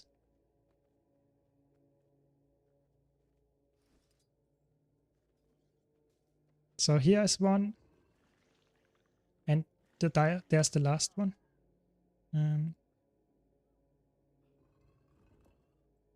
So here's the last one. So you can just jump here. Yeah, very good. And then jump there, and it should work. And if everyone's... I think there's the last button here on top. So someone was there already. so sorry. And then we go to the second to last thing. Have I played World of Warcraft? No, I have not. Would you recommend it to me as a Guild Wars 2 player? It's really... Would I play it in the future? I don't know, maybe. But currently I'm not playing it. So is it... Why does it not work? Is everyone standing on there? What's the deal here? Let's read.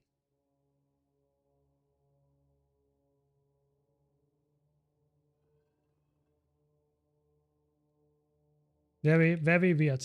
Maybe we have to interact with the... Maybe someone can go to the last person. Maybe goes to the gate here. And I don't know. Maybe we have to interact with it. I don't know. I don't know what the problem is actually. No, there are 4 buttons. It says in the wiki there are 4 buttons that we have to stand on.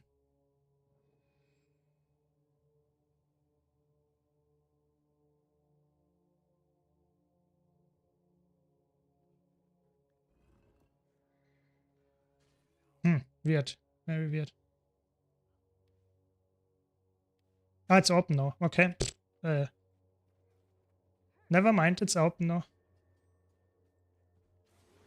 Okay, next one. Gallery. Now we have to use emotes. So how does it work? I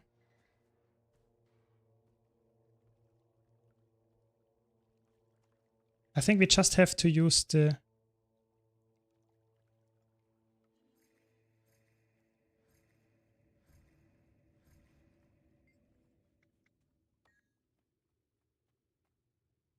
I think we have to... Wait, does it even work?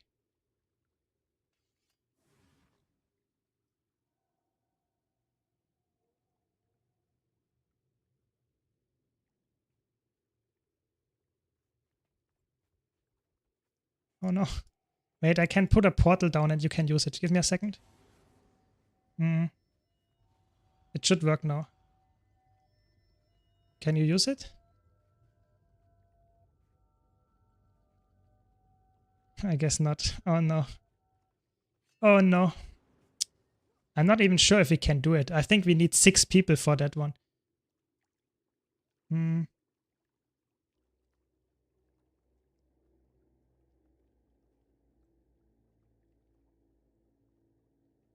I think it's doable. It says if with 5 or 4 players, 1 or 2 of them will need to pull 2 curtains and then run to the corresponding outer areas to enter the emotes. Because you have 45 seconds. So how does it work? We see an emote and then we have to run. Oh, that's really annoying.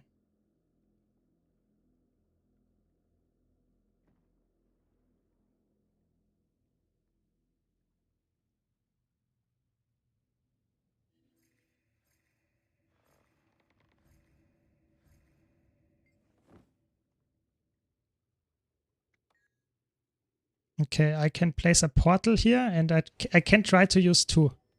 We have 45 seconds after we pulled the curtain. So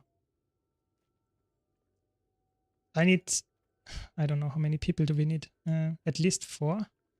I'm not sure. It's really annoying. So we need the curtains here. We need to open the curtains and we need to have at least 2 people that do 2 curtains and we have to use the corresponding emote that they are actually doing. So this is salute. And if you did it, you can go to the next one. So it's really annoying. We have to do 6 at the same time as soon as someone... let's check. I'm not sure if they switch around. I think this one is salute here. This is salute. Okay. Yeah, they switch. Okay. So I guess we have to try our best. Okay. I guess I can try to go for 3 maybe? I'm not sure. I'm not sure if it's possible in time with 4 people because we lost someone before the...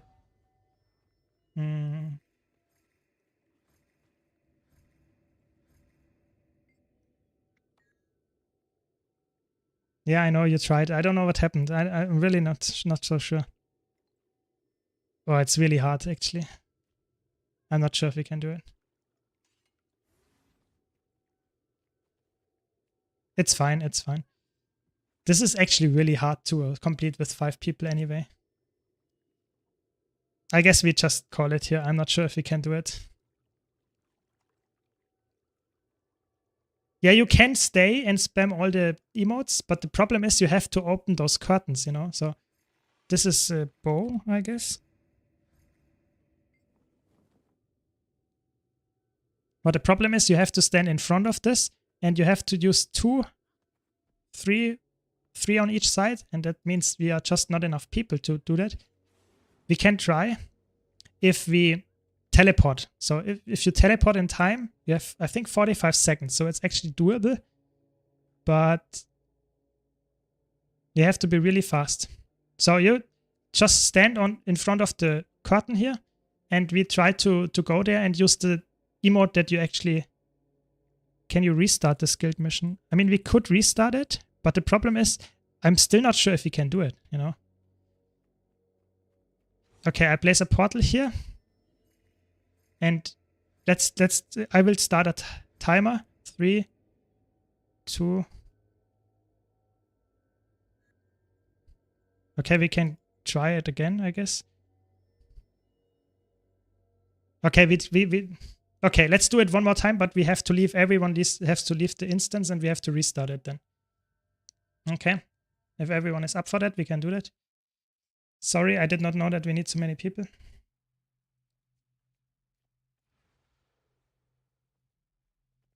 Exactly. So the idea would be you stand in front of the curtain, you press F, the curtain opens, you see what kind of emote the picture shows, and you do exactly the same, and then you have to go to another curtain if no one else did it. Okay, I guess we go back in. One more try. Everyone choice. And I've only played it starting yesterday, and the leveling is really slow. It's pretty fun, to be honest, and I like both. Yeah, I mean, maybe I should go for it as well. Maybe. I don't know. I think currently I'm very busy with Guild Wars 2, but as soon as there is some downtime, I'm not that interested. Maybe I play WoW as well. I mean, might be interesting for me as a really interested Guild Wars or MMO player. I don't know. Maybe.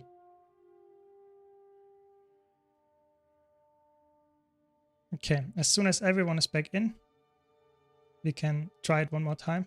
And let's see how much time we have left. Ooh, 11 minutes. That will be hard, but let's try. So everyone is here. Then I will start it. Now we know at least the first part. That's good. Be careful, we can't glide here. You can't use mounts. You can't do anything other than walk.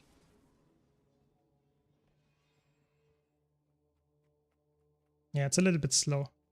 It's crazy. The core content is just very, very slow if you played the game before. Okay, there we go. The puzzle is started. Now we know how to do it. I will defend and you will just equip the bows and stuff, okay? There we go.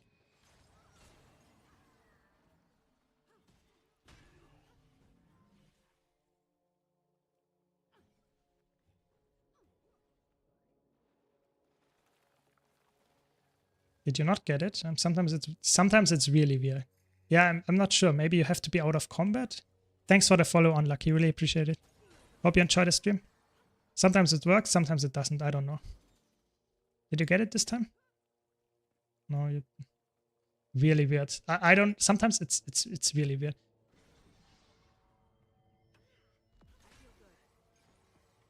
I think you have to be out of combat. I'm pretty sure.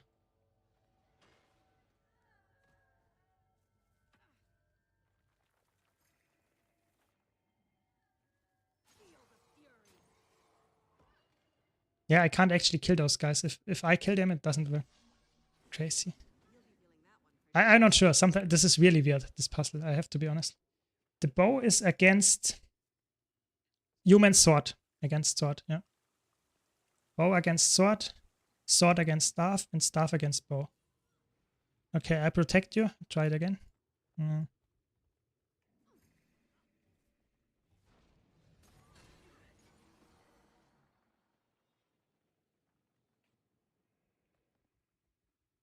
Weird. This time it worked without spawning anything. Okay, chaff staff against human bow. There we go. This side is complete. And here we have one missing. This is... we need a staff. Someone has maybe a staff.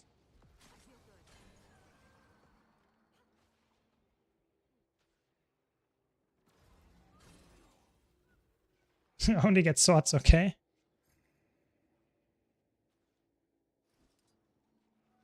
I get a sword again. Nice, you have a staff. This one here.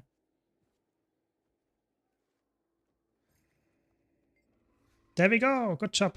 Okay, we have 8 minutes for the next one. Stand on the puzzle. I'll kill this mob, I guess. Some mob.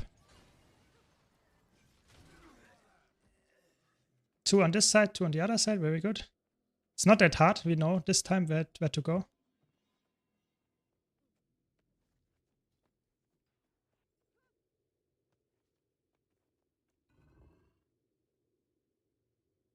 Good job, good job. We got this, we got this. No. You have to jump first to this one and then from my side to the other one. It's a little bit weird without the gliding. I think it's just, we are all so accustomed to gliding. And just stand on this one. Okay, or you can stand on this one, it doesn't matter. If you stand here, Sato, it's fine. We should open the door. Oh, this is so weird. Why does it not work?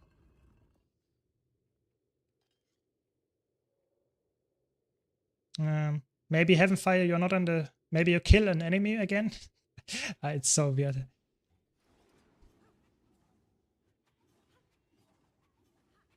One of the second person... Yeah, exactly. And all the others stand here. I don't know why it doesn't work, actually. It's really weird. Maybe you kill this guy?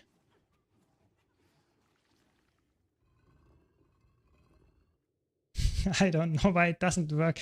It's so buggy. It's so crazy. Why does it... We are standing on the ones, but it doesn't work.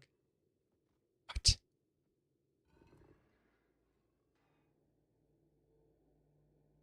Okay, this time it worked. Please, everyone move in with us this time.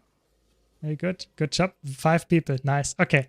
So, we position. I try to open 2. Everyone stands in front of theirs. I try to open 2. Try to open it in time. If everyone is ready. Okay. 3, 2, 1, go.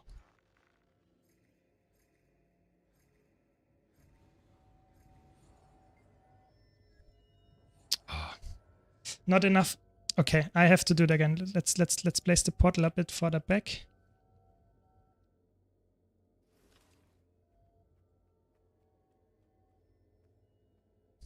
Okay, so yeah, let's try it again. We have some time. So there is sit, point, dance, wave, salute, and bow. Those 6 exist. So I can also write them.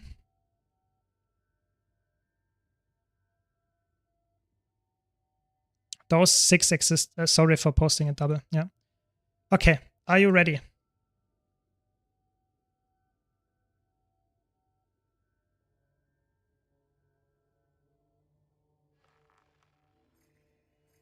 Bow.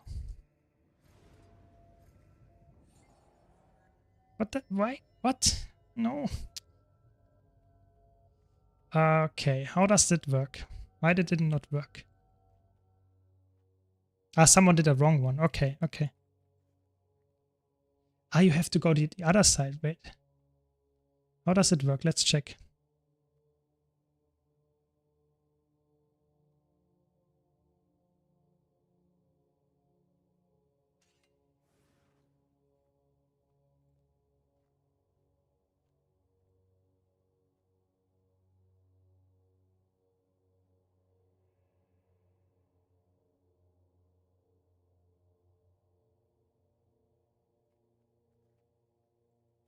Okay, so you have to go to the other side, or what?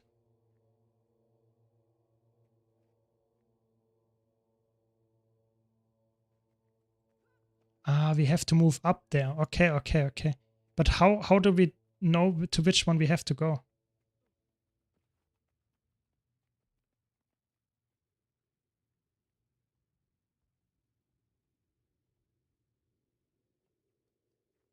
I'm not sure if we can do it in 3 minutes. I'm not sure. I think we have to surrender this one. I don't understand it anyway.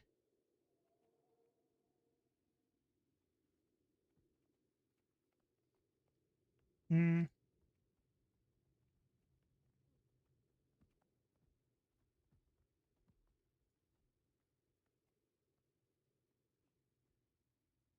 I think they are located the same. Yeah, I mean, if we had more people, it would be easier, but it's still a little bit annoying to actually know where to go. Maybe 10, yeah, but still, you need. I think you need to portal up there to make it faster, and then you have to. I think this one is this. So this one would be this one where I put the arrow marker. Would be located as the same as this one. Yeah, I think they are corresponding to the outer ones, so that's how it works. But I think you, I don't know. It seems a little bit.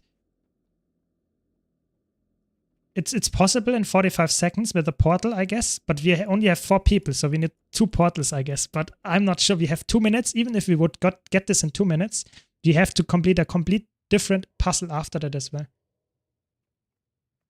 Exactly. If you do it with 12 people, it's very easy, I would say. Maybe next time. Okay. Thanks, everyone.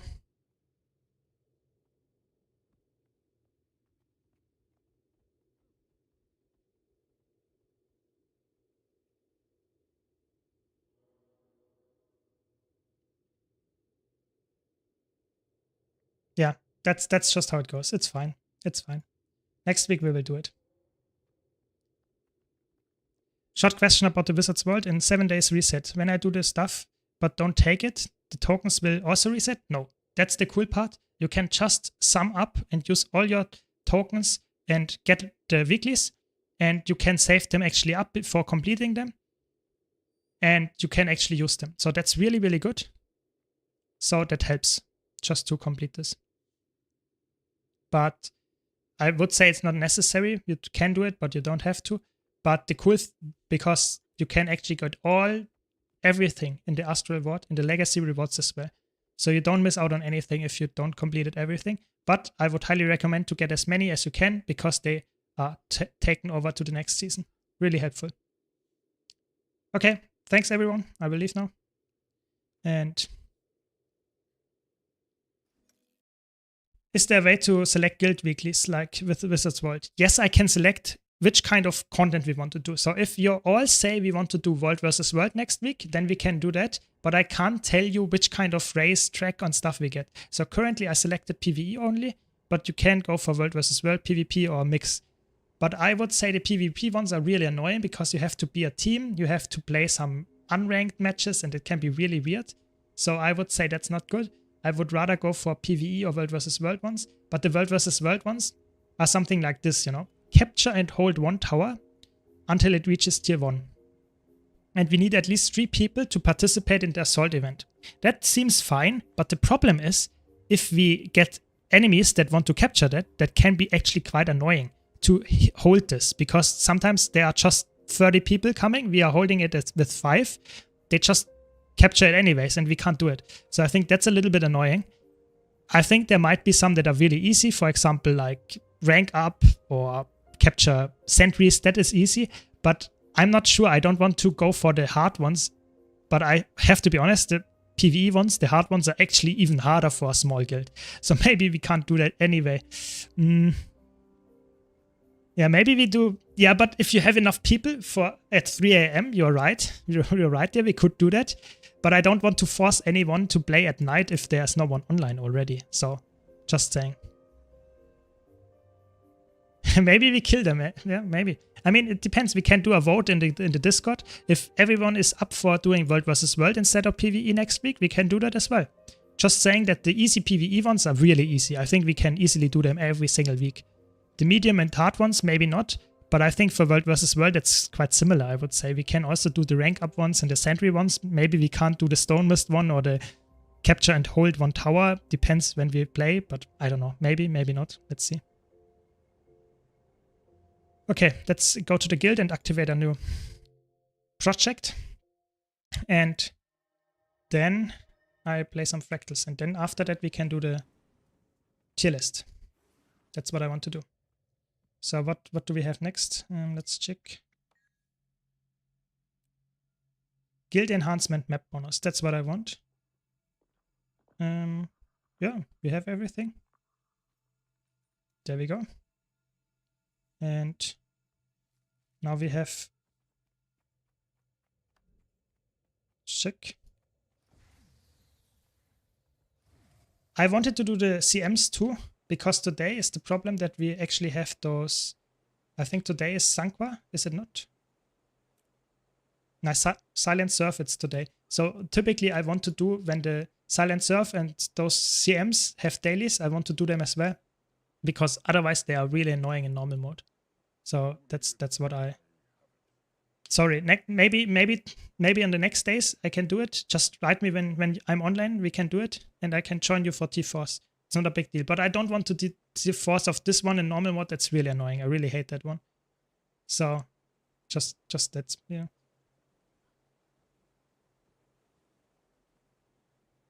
So if you have, that's a good point here by Mr. Smith.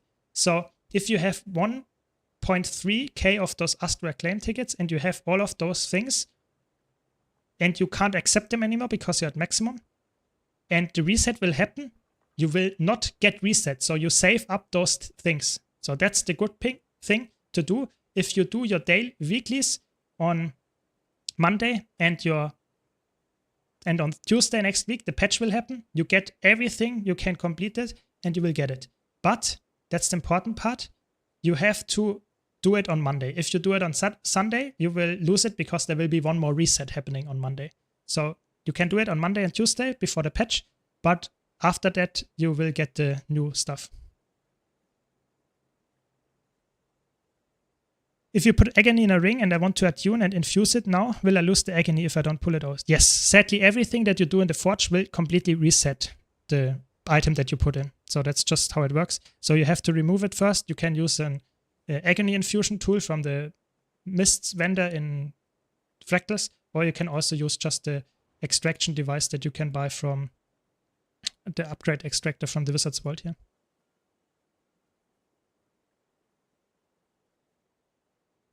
Okay, so I guess we do some fractals now.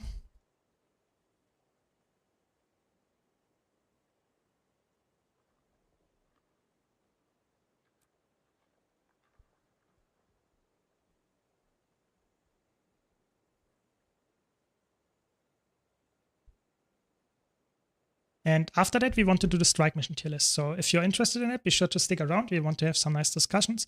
Fractals shouldn't take too long today, I hope. And after that, we can have some nice things going.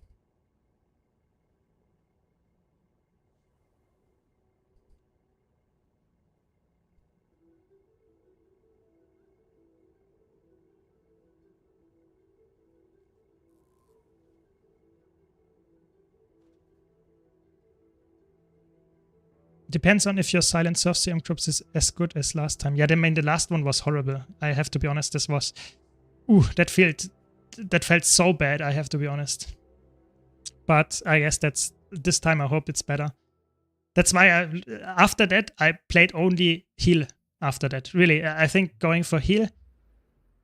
Let's check if we... Wait, my party is already scuffed. Let's see.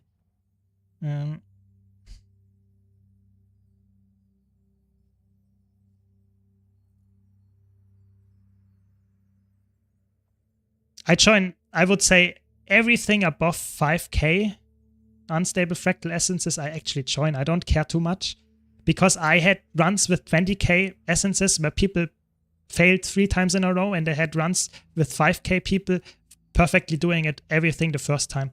I think it's not really a kill-proof thing. I just want to have a few, I guess, because sometimes if you join a completely new group, they don't know anything. So that's my thing. But typically, I don't know. I don't really care about unstable fractal essences. I join whatever, and hoping it's working.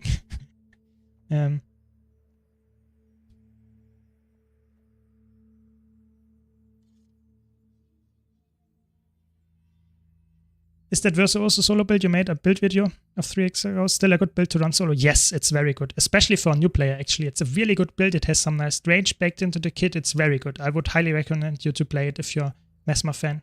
It's really, really good. So the thing is, to prove that you have a specific amount of unstable fractal essence,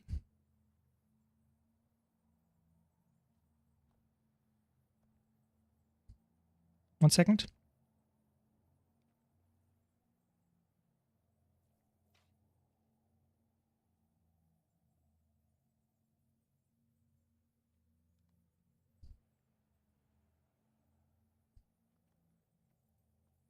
So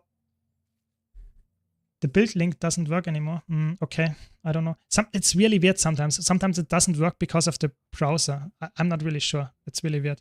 Okay, I sneaked my A-heal. That's good. Very good. I got the A-heal. That's perfect. So I can finally carry the group again. Okay, that's what I like. And last, so how does it work? So you can see it on screen. Yes, you can see it. So I have this killproof.me add-on. So that means I use a third-party add-on to actually see how many killproof people have. Yeah. How is it working? So you have to connect your Guild Wars 2 account, which is my account, with the website, and you then get everything that happens after you connected it. You use the, so to say, see everything that was collected with the API. But the problem is, it's not perfect, and it's also using the third-party add-on. So you can't do it, but I would say most people that actually have enough unstable fractal essences have this add-on. So this helps. And other than that, you previously, back in the, let's say 5 years ago, you actually got an item that you could link, but nowadays it doesn't work anymore. So I have a few amount of those in the inventory. Still, where is it?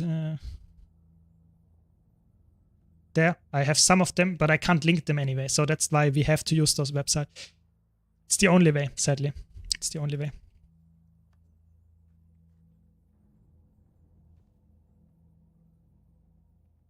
Yeah, that's how it works. I mean, I'm not the biggest fan, I have to be honest. I think kill-proof stuff is always a little bit weird because for me, kill-proofing is, I don't care. I think if someone knows how to do the mechanics, I don't care if they killed the boss 100 times or if they did it 2 times, you know? So I don't care, but typically, that's the sad part, it helps, you know? Typically, people that have 10k unstable fractal essences know more how to do the boss than 1k. I guess that's just how it works. And I would rather have you in the group that is willing to listen to my calls and stuff and learns and really tries to improve than someone that is with 10k and did all the time Nightmare CM. You know, I don't know that. That's the sad part. I can't know how many times they actually did Silent Surf. It's just not how it works. But what can we do, you know? I try my best, and I will also try to do some Fractal CM runs with you, but I need some people that actually are willing to join a training, because I can't advertise our run as some kind of experienced run, because that might lead to resets and stuff, you know? I don't want to do that, yeah. Okay, so...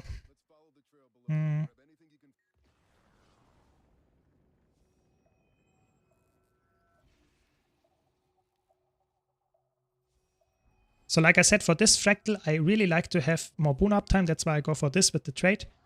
Normally I wouldn't do that. Just loses healing. It's not necessary. But for this fractal, it really, really helps. Welcome, Stefan. Welcome. Will be hard to find 5 people for CM training.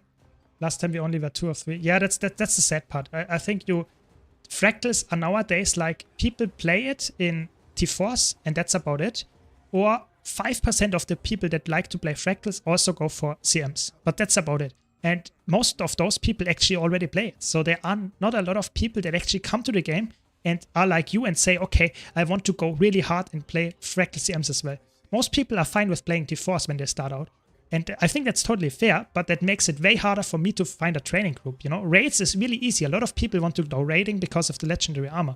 But fractal CMs, no one cares. You don't need it for anything. You just get a little bit more gold. And for the challenge, of course, it's fun. But what can you do? You know, I try my best to advertise it always when I do them, that I want to do a raid, not raid, but a fractal training. But I can't really influence more people. I need at least, let's say, if you join, I need maybe 2 other people and then we can do it. But other than that, I don't know. Just doesn't work. Yeah, fractal relics of course help for the infinite pods and stuff. So this one helps you a lot. You get even a lot more gold, so it helps a lot. I think if you're doing them fast, you get more gold than, or similar gold to T4 fractals. So it's really helpful. The really hardcore people do fractal CMs, all of them, and the T4 fractals all the time in 1 hour, a little bit more. It's really good, really helpful. But like I said, it's only good for those people that actually clear it consistently and very fast. If you have people in the group that fail consistently, like this one, we have to reset 3 times, it's way too long. I would rather do some Octavine and got more gold out of that. It's just how it is, sadly.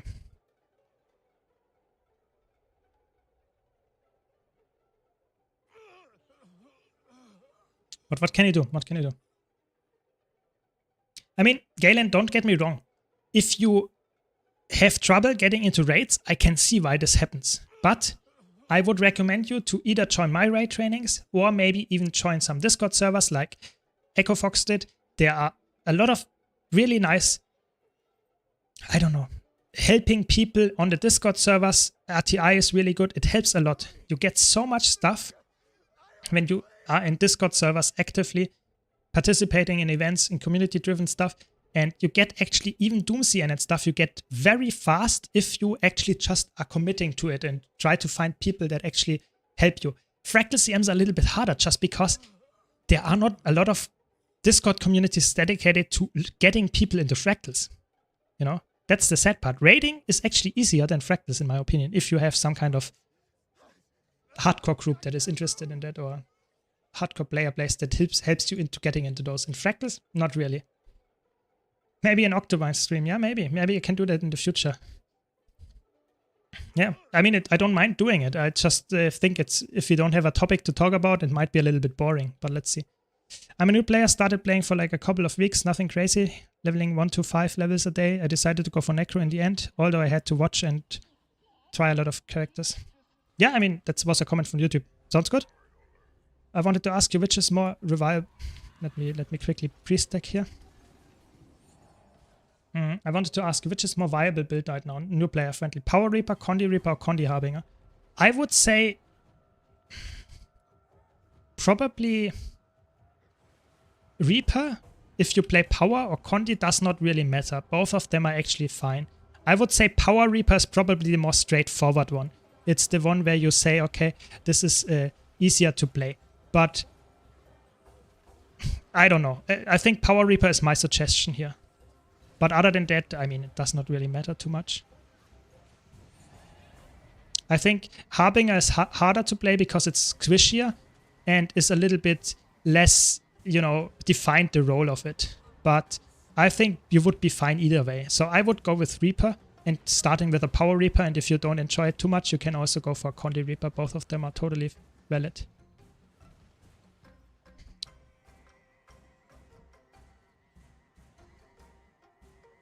Yeah, the sad part is Discretize died, I would say, over the last 2 years or something. So it's not really, well, maybe 3 years. So it's not, sadly, not really a good place anymore. Even the website is not updated too much. So that means it's just not perfect for new players to recommend, you know. That's the sad truth here. And I, of course, try to help people with that, but it's just sometimes not possible to recommend any servers anymore that actually do Fractal CM trainings. It's the sad truth, you know. Yeah, no problem. I always like to help, Stefan. Of course, they have a great website still. It's still very useful for new players to get into it, but it will not help you finding groups for Fractal CMs. Just the truth. You will not find it anymore, sadly.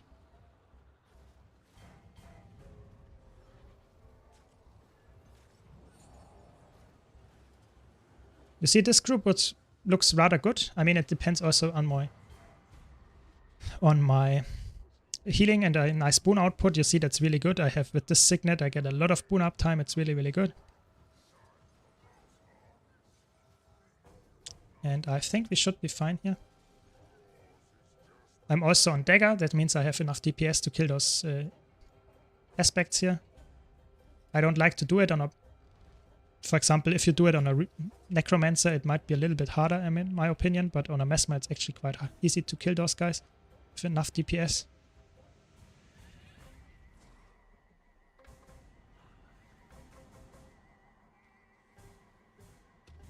Oh, come on.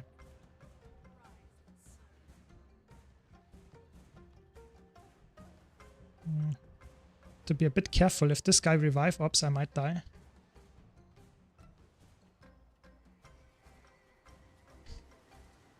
I don't know. I said it's a good group and then instantly someone dies. Maybe I should not jinx it. I have to be honest.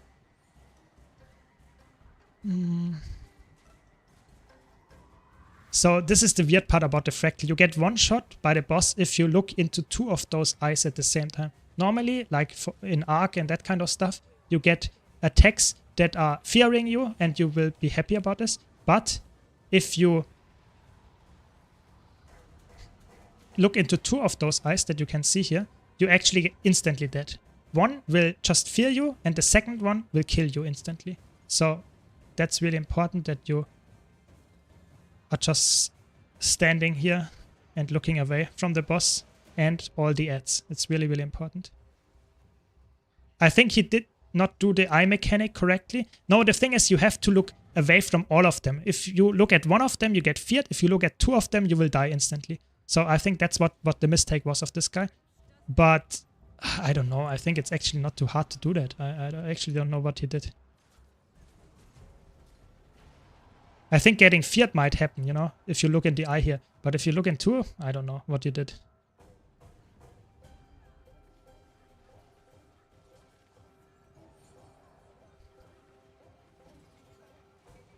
You see, it's really easy if you have... There's not actually that much pressure from damage side. So this fractal is just a... It has so much HP, it's just so boring. I really hate this fractal. It's not as bad as the Lonely Tower, but it's just... it takes too long. It's not hard, it's the same mechanics. I think this is the easiest sim, I have to be honest. It's just people fucking up the mechanics here makes it so annoying, you know? That's the thing about this fractal. But the mechanics are the same as in normal modes. It's just more punishing, I would say. So again, this guy died to the same mechanic. You see, I joined that 7k KP proof thingy, and they are just dying to it. I don't know. KP are so useless. It really is. I just want to have a group that doesn't die. I don't care about the DPS. I just want a group that doesn't die, you know? And I don't know. I'm just very... At this point, I'm just not believing in humanity anymore. If you look at fractals like that. Why would you join a group with 7k and you instantly die to all of the eye one-shot attacks? I mean, maybe this guy is just doing something else at the same time, but I don't know. Okay. So next phase, this is the weird part here. In the last phase, you actually get the eye mechanic during the split mechanic. So this is a little bit annoying, so you have to be really careful here to actually make it work. Otherwise, it gets quite annoying. Yeah, I guess if this guy leaves, I would actually just invite you instantly, okay? So I can tell you what I meant with the eye mechanic. That will also happen during this split phase. So there we go. Yeah, maybe, I don't know, maybe if you have enough kill proof, maybe you just got hard carried by other party members. Maybe, I don't know. I really don't know. So here the eye mechanic will now happen as well during the split. So you see, if you get hit by this, you will get feared and you might die because you run off the platform. Really important that you stay away from the... and don't look in there. So that's really important. Yes, I stream on Twitch too, Stefan. I stream on Twitch too. I'm actually doing it currently, so... you can just hop by if you want. But watching on YouTube is totally fine as well. I don't care. I don't know. I think this is doable, but it feels like way too annoying. Oh no, we have fear here as well.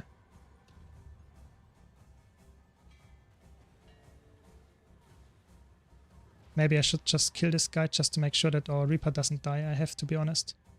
If I don't kill this, I fear that my Reaper dies to this.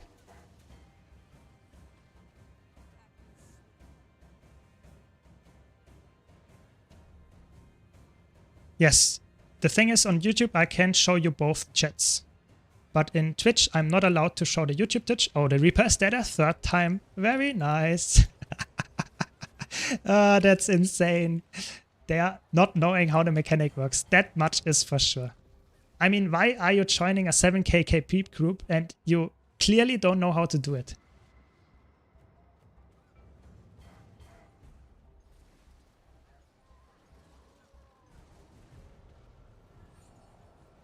I don't know. I mean, it doesn't matter. We will kill it probably, I hope. But it's just annoying, you know. It's just... This is definitely a leech, you know. That's a leech if I have ever seen one. Dying 3 times in a fractal where people just do all the others stuff.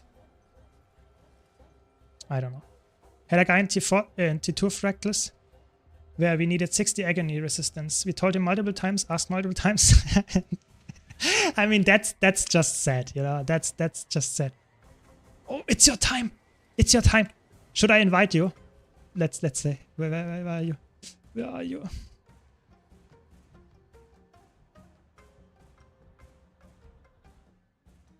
It's the time.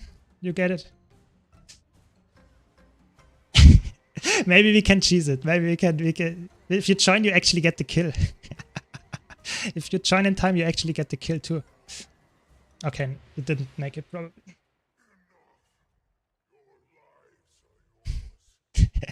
Did you get it? That would be so funny.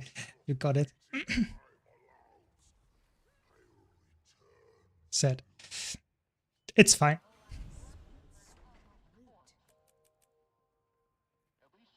Nice. Congrats. That's even harder leech than before, I have to admit. Thanks for the follow, just useless. I mean, the thing is, if you have people that ignore your advice, even if you put out friendly advice, it's just sad. I think that's really sad. Maybe they are not reading the chat. Maybe they don't even have a chat.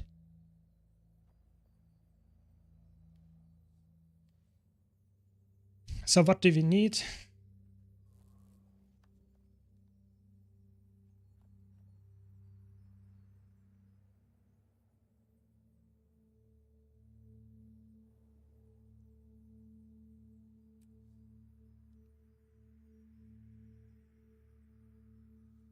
There we go.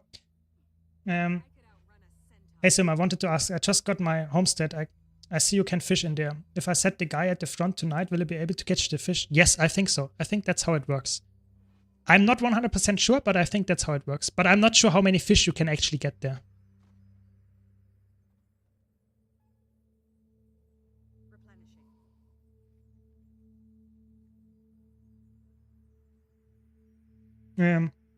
Would you say that Guild Wars 2 has bigger learning curve than WoW? Oh, it depends heavily on what kind of content you do. So in Guild Wars 2, if you play open world, you don't need to have a big learning curve. You can play whatever you like, you know? But if you have some kind of intention of going in fractals in raiding, I would say the learning curve into getting into those is a little bit less straightforward than in WoW, because in WoW you have a way bigger community, it's way easier, you have way more difficulty settings, you have dungeons, you have mythic and stuff, and heroic, and it's very hard. I don't know. Yeah, so I would say to some extent Guild Wars 2 doesn't have a big learning curve, but if you go into the hardcore content like fractals, like raid CMs, like strike CMs, I think the learning curve is actually quite steep. Yeah, but it's not too hard if you watch out for YouTube guides and stuff, and you join groups that are training and helping Discord servers and that kind of stuff. You can actually get it done quite easily in Guild Wars 2 as well. I don't know. I'm not sure if fractals are actually really scuffed.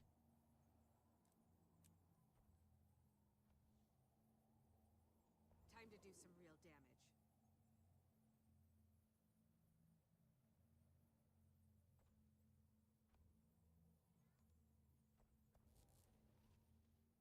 I don't know what we can do. Yeah, maybe. I don't know. Okay, if they ignored your AR comments, that's weird. That's really weird. I don't know what's going on. I have to be honest.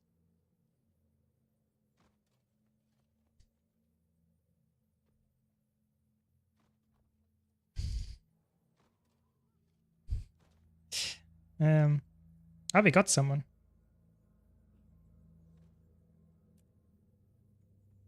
Very good. Yeah, maybe I think the problem is a lot of people are not open about if they don't know something. So they say, yeah, I'm fine. But they don't know what it means, and then it doesn't work, you know? I think that's sad, I agree. But what can you do, you know? You tried your best, I guess. So there we go. We finally have someone. We can continue our journey in fractals here.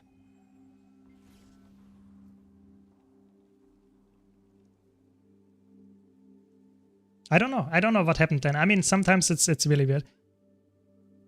But I think having not enough AR is really deadly in fractals, especially in higher fractals. So that's the sad part. How much or little AR did he have? I mean, it depends for which kind of fractal. 0. Ooh, that's hard. That's hard for tier 3 then. Yeah. Does Guild Wars 2 have add-ons like WoW has that guide?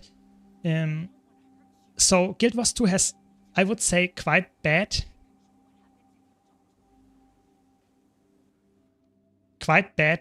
add-ons. So no, it has quite bad baked into stuff. For example, we don't have any big DPS meters or stuff, so you have to use add-ons for that.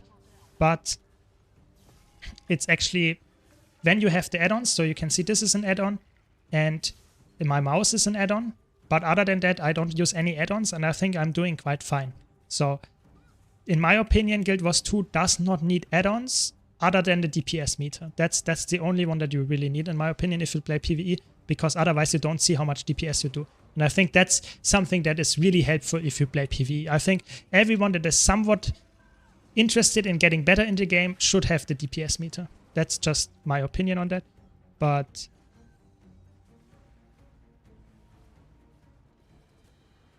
I don't know, yeah. But like I said, even that's called Arc DPS, even that one is not necessary. If you're a new player, not really necessary. But if you want to improve at the game, especially in PvE, you should actually get it. You can also see how much CC you do, how much contact lenses and that kind of stuff. Now, we don't have any add-ons that really warn you about phases and stuff, so it's not like Weak Aura, but we have add-ons that can help you with the timers of specific mechanics. So if you have, for example, to go somewhere, then this can actually be an add-on, but it's not everyone runs it. I would say actually a very low amount of people actually run those add-ons. I would say most people actually just play the boss vanilla. There is no real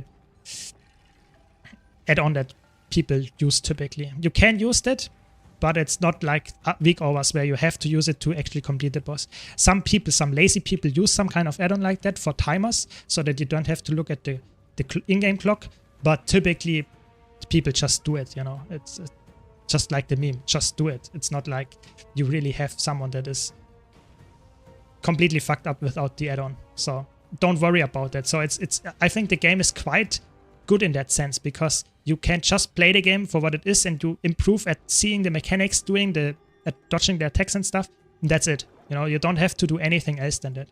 So if you are looking for a game like that, it's really good, in my opinion.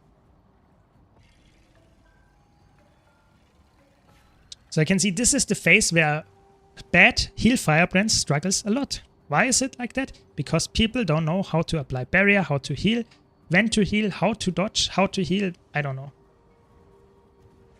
The timers add-on makes a better, absolutely free. I totally agree. I think that's the only one that I actually use when I do raid training, just because I have to concentrate on so much at the same time, that having this add-on helps me a lot to just have a clear mind and tell people, oh, this will happen now, this will happen now. So this is the only add-on, or the only time where I really use this kind of timers add-on really, really frequently, because otherwise it gets quite messy, you know.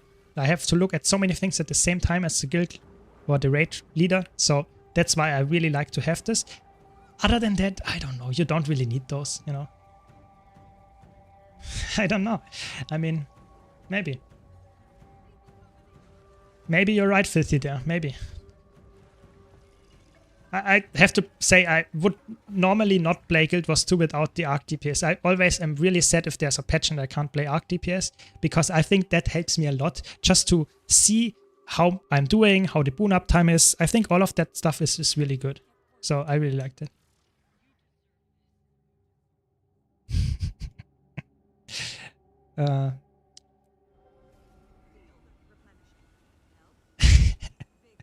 Nice conversations while I'm doing here some fractal runs. Really good, really good.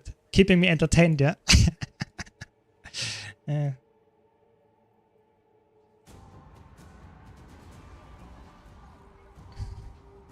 Okay.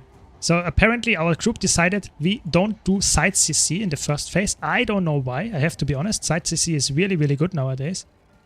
But apparently I've already forgot again. I should have done feedback. I always forget to bring feedback here, but I'm so focused on having CC, because I feel like if I don't CC, oftentimes the group just fails, and I think it's better to have CC than having feedback, you know.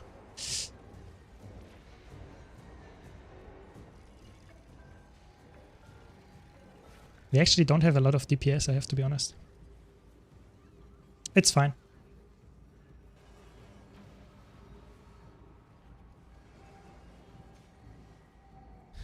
Okay, there we go. First CC. Phase coming up, really important. Typically you split here. DPS goes right and supports go left. But for the first phase there's only one, so just explaining that for people that are interested. But in the first phase there's only one, so the support typically kills them without anyone else being there.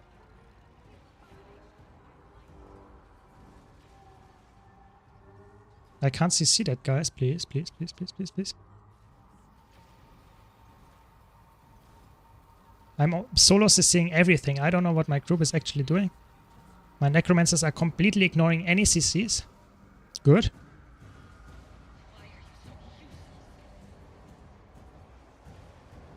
That's fine.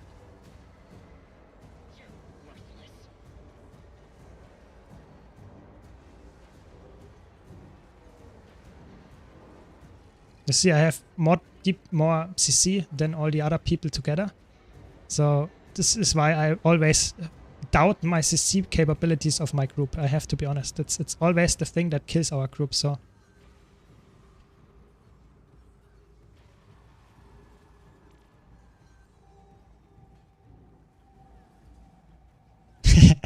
I mean, if your girlfriend asks for KP, I'm not sure what you are doing. I have to be honest. That sounds very sketchy. That sounds very sketchy. Maybe you have to ask then if there is someone that actually has enough KP, you know? I don't know. Welcome, Korea. Welcome.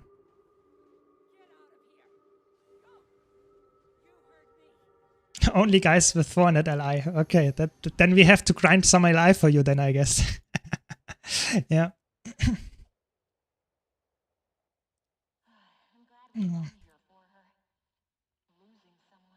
I think the problem is a lot of people here in this fractal always greed for DPS. You see, as our Daredevil does quite nice DPS, but the CC is almost not there. I don't know. I think that's actually crazy. Ah, that's why you joined the raid training. I mean, I see. I mean, that's as good as a reason as anyone has, you know. I think that's fine. I'm happy with that, you know. I guess then you are long-term interest into my guild raid trainings. I mean, it's fine, Korea. If you are interested in it, I'm not sure. I think Echo Fox is also interested in doing a CM training. So if we find at least one more person, I'm willing to actually do a training with 4 people as well. So if you're interested in that, I actually would really like to do that. But I need at least some people that listen to me here. Maybe someone experienced can join as well, but I need people that are actually willing to do the training, you know. Ah, China would be joining. That's good. I mean, then we can organize it on Discord. I will do that soon, I guess. Then, yeah, that's interesting. Sure. It's fine. You don't have to be experienced. As long as you listen to my course, how it works, it's fine. I don't want anyone that is actually doing 45k DPS. It doesn't matter. You have to be experienced in that sense that you listen to me. You have to understand your class. You have the right gear. You have enough agony resistance. That's important. But other than that, I don't know. Okay, so we can actually then Sangwa Peak is probably the one that we do next then. Yeah, we have 4 people. Maybe we find someone else. I will announce it in Discord then.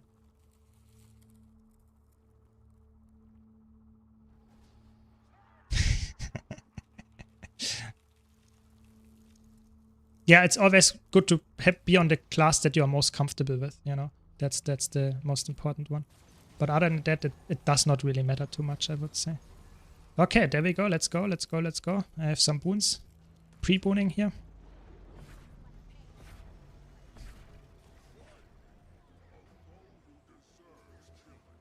And a lot of stability. So let's see, maybe we have enough. Do we have a portal? We have a portal. Amazing. We have a portal. Okay. So far so good. Let's see if we can actually complete this fractal without anyone dying.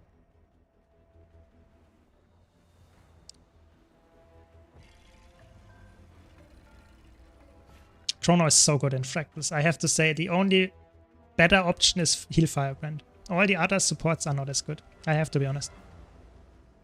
I have to be honest. Heal Scourge in 100 CM is actually decent. That's one of the only places where I would say Heal Scourge is good enough because you don't need stability for that fractal. But for a lot of other fractals you need stability, and Heal Scourge is just horrible with stability uptime. Exactly, you need a good healing Firebrand. Other than that, bad healing Firebrand is horrible. A good healing Firebrand. Good catch there, Filthy, good catch. But I would say it's a very doable thing. It's not too hard, you know, but you see the difference immediately, you know, if someone is not good on a heal Firebrand. Okay, we have someone else portal, that's good. Can you pre-burn? Yes, you can pre-burn with Scourge. You just have to place down your board, your, how's it called, shades, and then use the barrier skills and you will be fine. So you can do that on a Scourge. On a Chrono is a little bit annoying because you actually can't get alacrity really high because you have to have a target to spawn your phantasms, but it's doable. The only build that is really, really good at pre-boning is Heal Firebrand because you can just spam your skills and it works perfectly fine as a defied. It's really, really good. So that would be my recommended pick if you want to play optimally as a healer. Play Heal Firebrand. Chrono works also very decently if you have enough knowledge and your party is actually doing decently. You can see it worked here perfectly. I have enough stability and my pre-boning was good enough. So 100% alacrity uptime. Looks good. You don't have to play Firebrand, but it's fine. A few in-game friends call Heal Firebrand Bahnhof. I mean, it's a little bit different, but I guess, yeah, makes sense. I mean, it's switched the letters, but I think it looks very close to it in German. That's true. Yeah, it's true. It's true. I was thinking a bit because wait, is it like that? But no, you're right. It's switched. So yeah, but I guess I don't care. I think for me it's Heal Firebrand. I played way too much Guild Wars 2. For me that's always, you know, oh, HFB, and then someone else asks what's that? But you know, for me that's always been the case. I know my abbreviations by heart. I don't know. It's just. Okay, Reflect.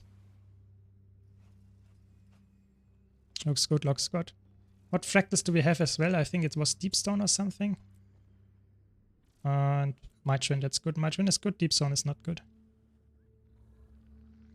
Yeah, I guess that's the thing. No, back in the old days, I have to be honest, back in the old days, in let's say 3 years ago or something, Firebrand, when someone wrote, I want to heal Firebrand in my strike mission or in my raid, I actually did not join the group because I knew heal Firebrands are people that played in fractals and thought, oh, that's a really good healer. And they play it in raid as well. And that's actually not true. In raids, back in the days, it was actually a really bad class. So nowadays, oh, we have someone not there. Well.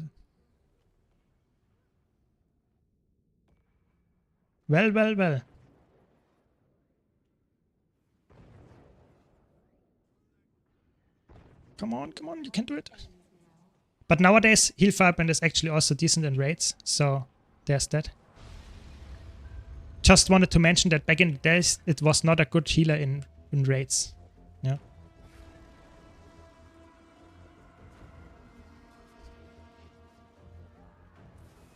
That's miscommunication, but it's fine, I guess.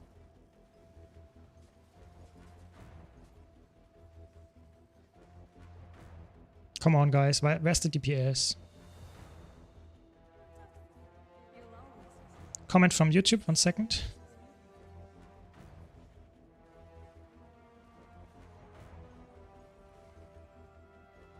I really like to do CMs, but 5k unstable fractal essences or higher not possible at the moment. Yeah, I mean, if you don't have that, then it gets very, very slowly, I have to be honest. Yes, that's true. But, I mean, you can try your best and join groups anyway that are lower, and you will get there at some point, so.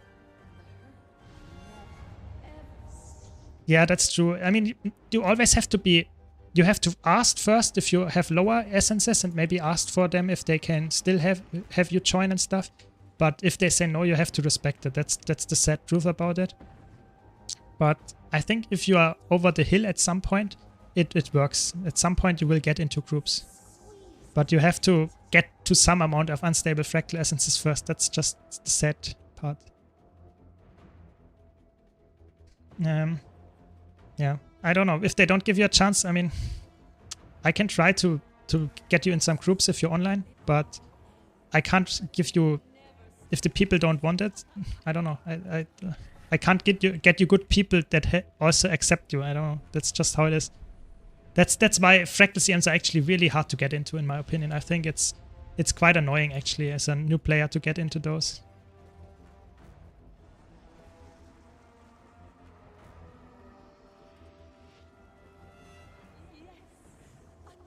Nice, we did it.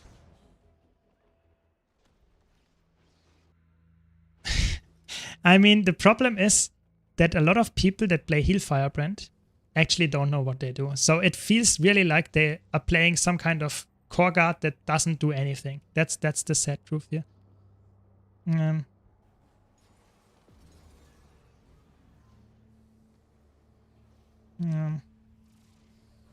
Let me concentrate on the boss here for a second because I don't want to wipe my group.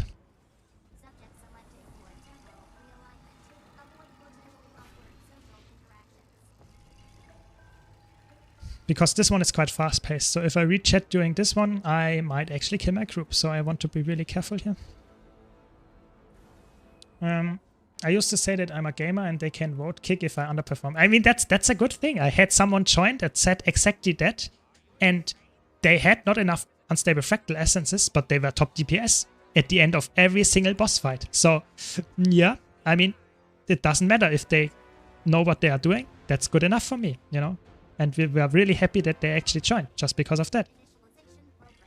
Sometimes the people with 5k aren't even that good either. Yeah, I mean, the thing is, nowadays, people that are good at the game have 80k or something. So it does not really matter how much you have. There are people that have 100k and are not good because they just played every single day, you know?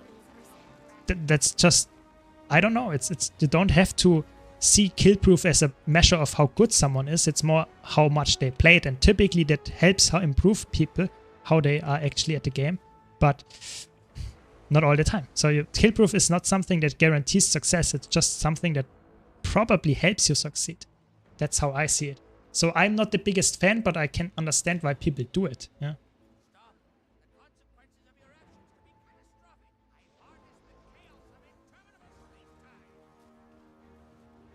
Run CMs plus D4 daily for around a month now, and now I see Fractal Gods I wish I wouldn't see.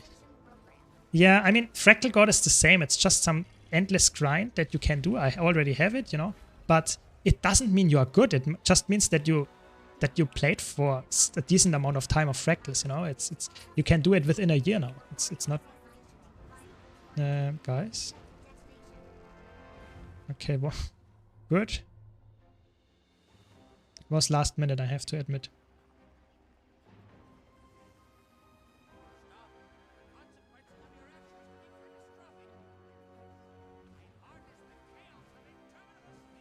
Nice, we did it.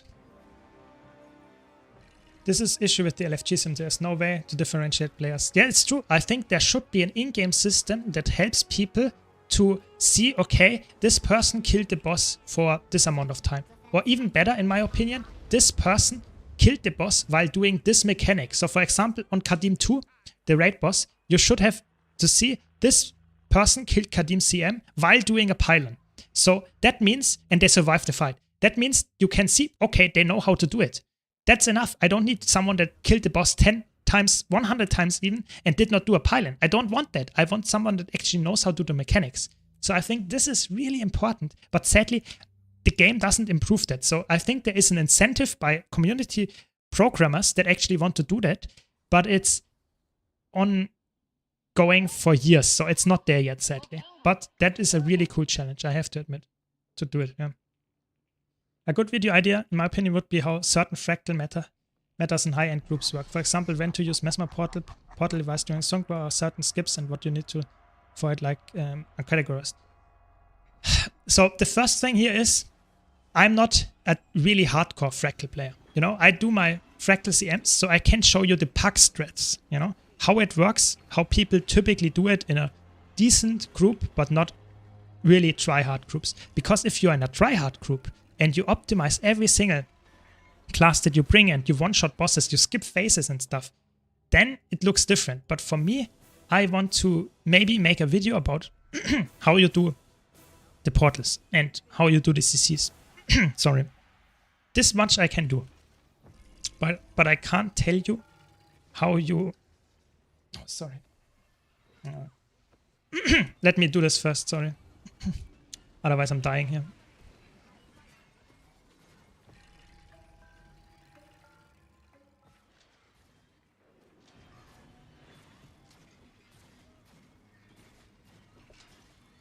Oh, better. Okay, very much better. So, I think that's a really nice video idea, I agree.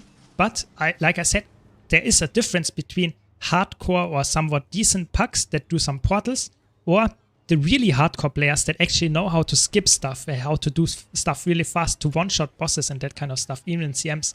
That's different. So I think I can make a video about the first thing that I mentioned, but I can't do it about the second. I'm not good enough for that, or I don't have people to do it with, rather. Yeah. If you want to have recommendations how you do it as pucks, I can do that. I think that's definitely totally fine. And I think that would also make a good video. I would probably include a lot of clips from my streams where I showcase this. Because I think in streams, typically you can see what I'm doing, just I don't explain it every time. And there are a lot of things that you can actually optimize, rather, on a normal build, in a normal puck run as well. So here I should have swapped my feedback. It's completely useless in this fight, or mostly. Welcome, Snowdrop Fox. Welcome. You come to a perfect time. We will do 2 more fractals after this, and then we do the strike mission tier list that I already announced on Saturday. And now we do it, and I'm happy to have all the hardcore gamers here to actually debate me on my tier list here. Like I mentioned before, I will do 2 tier lists in one. So I will not only rate how hard or easy it is for the new people here that want to know how to, in which strike missions to start and stuff, but I will also mention how or that's probably the bigger part here, how I think the design of the strike mission is. So is it a well-designed boss? Is it a boring boss? Is it, I don't know, buggy? Is it bad? So I think that helps a lot to understand, yeah. What do you think about DPS Dragon Hunter with Hammer Longbow? I would not play Hammer. Hammer is not as good as Greatsword. I think Greatsword is way better. So Greatsword, in my opinion, if you don't play Greatsword, I think you are trolling. I think Greatsword on Longbow on Dragon Hunter is very, very good. But other than that, I would probably maybe play Spear and Greatsword, but I would never play Hammer and Longbow. I think that's not what you would want to play. I have a build guide about the Longbow variant, so on my YouTube channel. I just released it, I think, a few days ago, so be sure to check that out. Speaking about skips, I did the Deep Stone skip today, where you fly through the air. This one. I mean, it's actually very consistent that you can do it, but I have to be honest, in most times when you do it, is it really changing too much? Is it really like, oh my god, I'm saving 5 minutes here? I think it's just not enough, you know? It's you save a few seconds, but I don't know. I think if you do it correctly, maybe. Oh, come on, Unblockable Fear. Who is this guy? So 100 CM, your favorite strike. Yeah, I mean, Poggers will be in there. Yeah, let's see. So, I don't know. Was data the profession where you only use auto attacks and then 3? Yes. So you use it. You can use a Deadeye, unload Deadeye, but if you don't have Deadeye, you can actually also use how's it called? Core Thief. That would be fine as well.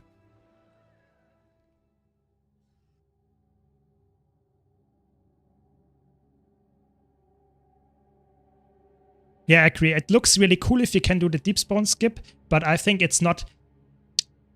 I don't know. It's not a skip where you save a lot of time. I think the Harpy skip in the uncategorized fractal is way more powerful in my opinion, because you can do it rather consistently if you have some kind of jump, and it saves you quite a lot of time, especially with bad groups, because they got knocked down from the Harpies. So I think this one is way better than Deep Zone one. I need a power class that's simple. Power virtuoso rotation with constant weapon swaps is frying my brain, and you can interrupt many skills. Yeah, I mean, of course, Unload Deadeye is actually decent, but I would say if you're aiming for really high DPS power build, I would not go for the Unload Deadeye. It's just a decent power build that is easy to play. It's not a power build that is extremely strong in the DPS department.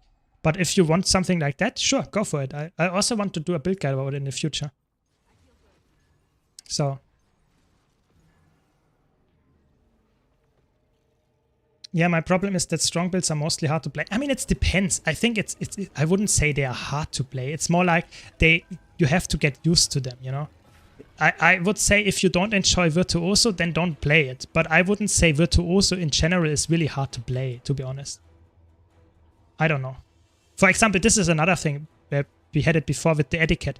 It's always like the supports like to go south here. So you have the healer and the offensive support, they go south, and all the other DPS split into the other direction. So this is just, again, that just evolved over time, I would say. But I would say, what other power DPS is easy? I would say Scrapper is not that hard, in my opinion at least. What DPS is actually decent? That is quite easy to play as a power DPS build.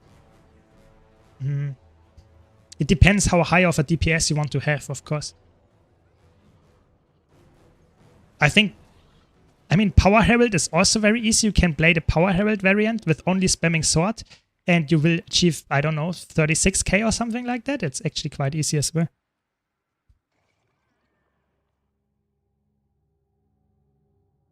Yeah, it's crazy. I agree. I think people that are playing Unload Thief and know what to do in the mechanics and stuff, it might help people way more than they would actually care to admit, you know. Sometimes you would just have people that are playing Catalyst and think they are the best, and then they just fail to do every single mechanic. Okay, I did not do the Insta CC, but I tried my best.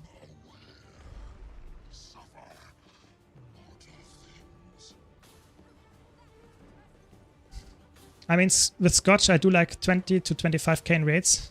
Okay, I mean, that's a decent number. I mean, if you're a new player, rather new player and not a really hardcore player, I think that's okay. Especially if the boss has a lot of phases, that's decent. Yeah. Power Tempest is still decent. That's true. Power Tempest is still very good. It's definitely not as high in the DPS numbers anymore, but you don't have to have high DPS all the time. If you can play the build, I think Power Tempest is still very good to play. Yeah.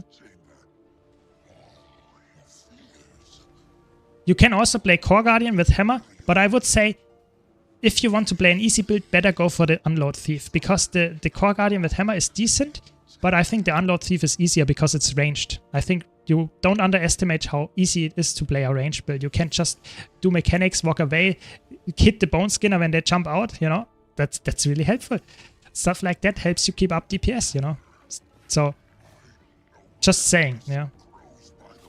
But of course you don't have to play Unload Thief if you're more of a Guardian main. Core Guardian with Hammer, or even DH with Hammer, might be decent. But I would say Core Guardian is more like it. Yeah.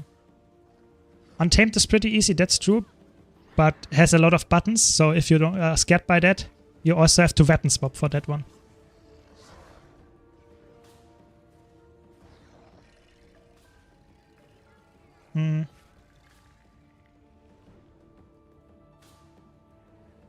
Yeah, that's why I would always recommend going for the range DPS build with the Deadeye and not go for the Core Guardian, because if the boss moves, if you have to move, it's just not good enough.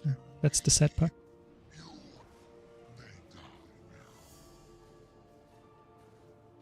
But Untamed, if you don't like weapon swapping, I would not recommend Untamed, because there you have to swap weapons to make use of your ambush skills, of course. Really? It doesn't weapon swap? That's crazy. Okay. I did not see this 37k DPS. I just know that there is a build that did these 43k DPS, and there you have to weapon swap as far as I know.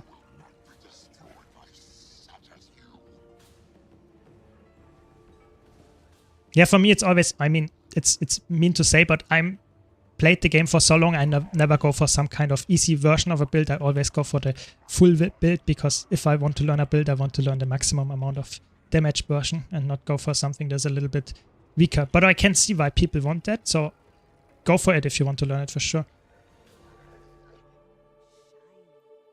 It's sad that a lot of power builds are actually harder to play than a Condi version. So for example, Condi mech is really easy, but it's a Condi build. So if you want to play a power build, you look way harder for something, yeah.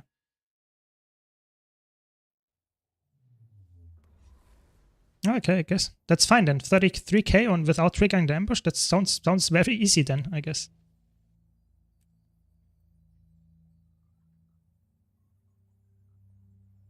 I don't mind the weapon swapping per se, but the spear rotation of a dagger sword opener is like 20 steps. Yeah, I mean, I don't know. I'm a Mesmer main to some extent, or I'd like to play Mesmer, so I can't really tell you it's hard, because for me it's like second nature. I do it all the time. But I can see why you have that opinion, yeah, why it's annoying. But there are a lot of good power builds, I would say. So let's think about what other power builds there are that are not that hard to play. I think the power DH with longbow is actually also not that hard. Or power soul beast. Power soul beast, the hardest part about power soul beast, in my opinion, is that the X5 roots you in place, and that can be really annoying if you don't know the bosses. So I think that's why longbow DH is for me a really good build that I can recommend to people that want to grind a bit on the golem, because this is actually really good. The burst is crazy. You have range with the longbow. I really like this build, but I can see why you wouldn't. Yeah. Thanks, Afraid, for the follow. Really appreciate it. But that's of course just my opinion. You know, everyone has different. I think what's also really interesting is the powers. How is it called? Power. I think Spellbreaker with the new arms trait, 46k. This one is really good. You know. I really like this one. It's actually not that hard to play, and it's crazy how much DPS you do. Yes, you're fully melee, but it's a really good build in my opinion. Really new, strong build. You can also play Power Reaper if you're a Necromancer enjoyer. Power Reaper is also very decent. Wow. Thanks, Afraid, for the sub. Really appreciate it. Thanks a lot. So... recently saw people recommending Mirage to a Mesmer that hit level 80 for the first time. Did someone discover a new easy build after the patch, or are they trolling? So it depends what kind of Mirage we are talking about. So if you talk about a Mirage that is actually Power Mirage or something like that, that's a troll then. But if you think about Staff Mirage for open world, or Staff Mirage as a Alacrity DPS, this is actually quite easy to play. You know, you just spam your dodges. That's it. And your staff ambush. So I would say to some extent it's true, but I would say for most people, if you want to go for raid boss kills and stuff, they are not talking about Staff Mirage, they are rather talking about some Condi Mirage or Power Mirage variant with more skills than just one. Then it's trolling, yes, I would say. It's not a good build. For Fragland raids, I would not go for Mirage nowadays. I think that's too hard. It's not... You can play it, for example, Feint, that I mentioned in my recent video about solo build.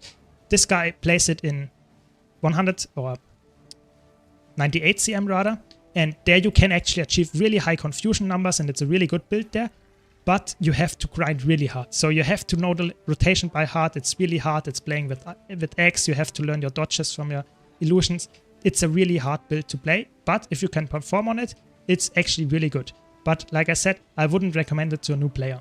So then they are trolling, yes, for sure. Yeah, glad. Very good.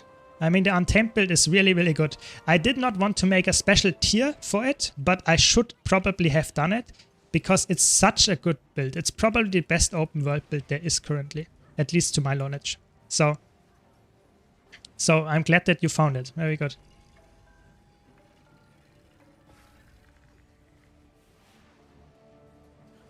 Yeah, I think there is two kind of DPS builds in Guild Wars 2. So they are the ones that you have a really, really important rotation. You always stick to the rotation and that's it. And then there are DPS builds that have some kind of priority. And I personally think the priority might be easier for new people to get into I don't know, maybe not, I don't know.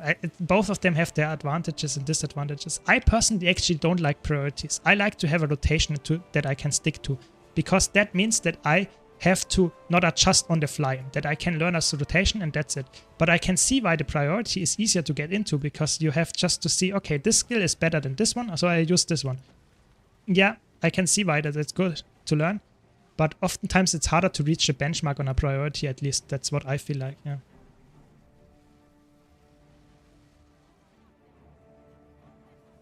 Yes, you don't know about it.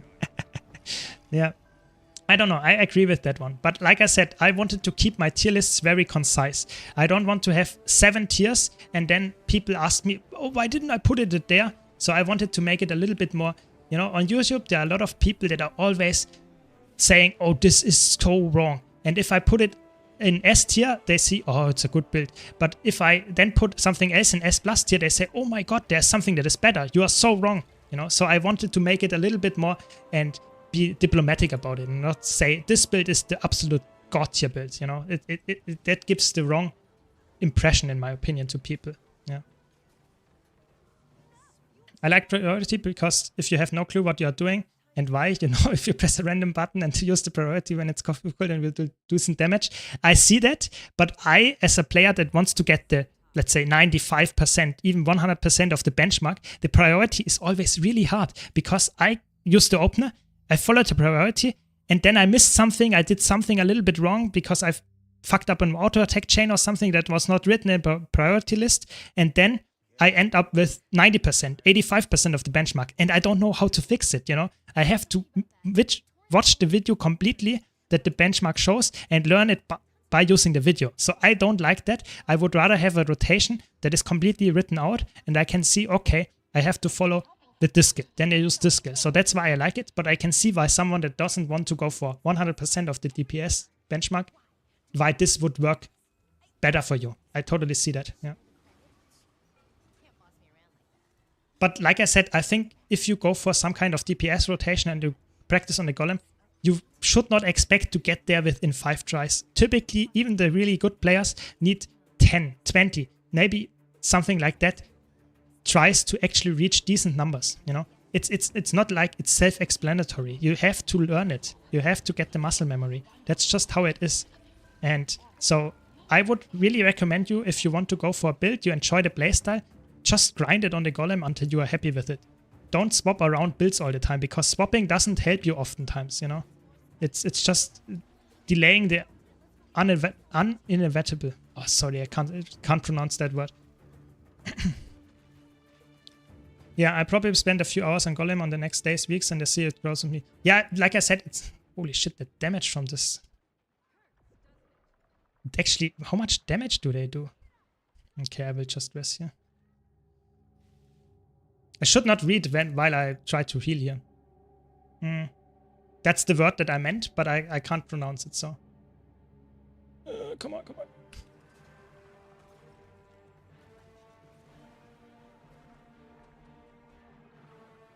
And the benches are in the upper 1% of players usually anyway. If you reach 70 to 80% of the bench, you are good in 99% of the cases. That's true. And you always have to keep in mind, you will never reach a bench on a typical raid boss. That's just not gonna happen. On a raid boss, you have downtime, you have phases, you have mechanics, so that will not happen. So you should just reach decent numbers, 80 to 90%, and understand the rotation. That's the important part, because then you can adjust it when there will be some kind of phase, some kind of chaotic thing happening in the fight, and then you can adjust it and still reach decent damage numbers. So that's why I would recommend to bench on the golem, because if you can get it on a golem, typically that means you will also be rather successful in the raid fight. I think it's fine if you take it to open world. I'm completely with you there, Courier. But I would say if you always take builds, especially builds that you want to learn the rotation and get it done correctly, and take it to open world without going to the golem once, then you probably don't have perfect boon up time. You can't really tell if you get the rotation perfectly correct. So I think starting on the golem, going to 80% and then going in open world, that's the perfect way in my opinion, because then you actually get some muscle memory, practice the rotation and that kind of stuff, and you will still have the fun of playing the build in open world. Yeah, that's probably what I would do. But if you reach 70% of the bench on Golem, then I'm like doing 10%, 10k DPS in raids if I don't dash into death. I don't know. Is it really like that? I mean, I wouldn't say. I think if you do 70%, you should be fine if the boons are good. And of course you have to, if you die to a mechanic, if you position incorrectly, that's something different. But I would say you should be fine, you know? If you 70% of a 40k bench, it's still a decent number. And if you can pull that in raids to some extent with the downtime and phases, I don't know, should be good. Yeah, that's fine, Kura. That's how I would do it, to be honest. That's how I would do it. Yeah, I mean, you can come. We can do it tomorrow. Tomorrow I'm sadly not streaming. Tomorrow is my only day where I don't stream on Wednesday because I have something else planned. But we can do it on Thursday if you want.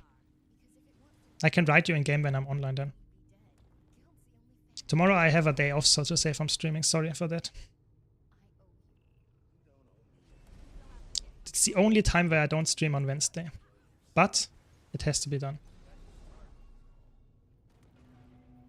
I think actually Power Word is, in my opinion, a decent pick for fractals. Especially for T4 fractals, because you have some nice invulnerability baked into the kit, you have some nice rage damage, you are not rooted in place like a Power Soul Beast. I tried it, I grinded hard on the Golem with the Power Soul Beast, and then I played it in T4 fractals, and my group just let me down. I got knocked back, I got just not the boons that I wanted. It's horrible. It feels so bad. So I wouldn't recommend it. I would rather go for something that's a little bit more safe, so like a Power Reaper, maybe a Power Virtuoso, that kind of stuff. It's better, I would say, in my opinion. So where is it? There it is.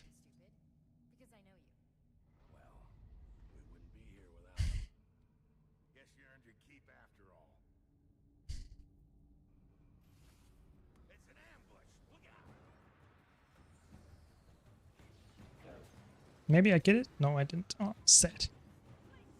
That's not a problem with the build them, but rather either a lack of mechanical understanding or timing problems. Maybe. I think you just have to... I think one thing that you have to understand as a newer player, you just have to play it more often, you know? Playing a build in the first time in a raid encounter, even if I did the encounter 10, 100 times, whatever, and I play it for the first time, I'm not doing it perfectly, you know? Even if I understand the mechanics completely, it's just not happening, you know? It takes time. Yeah. I think the dashes included in the rotation are the most annoying things. Spear 4 isn't too bad, but the 5 is horrible if you don't know how the encounter works. I can get that, but I think with quickness, it's actually quite fast, you know? If you stand on top of the boss, you don't teleport too far away. So, I don't know. I think it's decent. I think, but like I said, I played it for so long after Chanty Wild's release, so maybe I'm already so accustomed to it, but I would say it's not too hard. It's just a practice thing. You should just try it more often. If you enjoy Power Words, why not?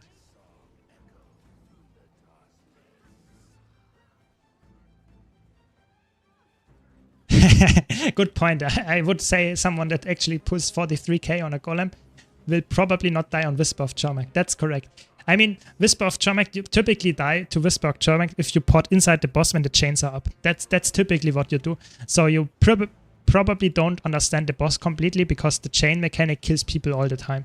If they stand in the hitbox, if this is the boss and I stand here, I will die to the chains. Doesn't matter which kind of build I play. If I stand here, as with the chains, I'm trolling. So you have to stand here with the chains so that no one stands between you and the chains and the boss. So this is just mechanical knowledge about the boss. But if people don't do it, if you don't know it, just not gonna work out. It doesn't matter which kind of build you play. So just learn and try to improve at the boss while you improve at the build, and you will be fine. I think in strike missions it's the perfect place to start learning the build. I would not go for a Doom CM kill with a build that you did not play before.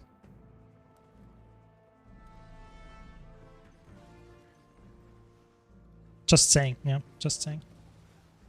To be honest, the bench, even meta difference is slow, in my opinion, between most classes.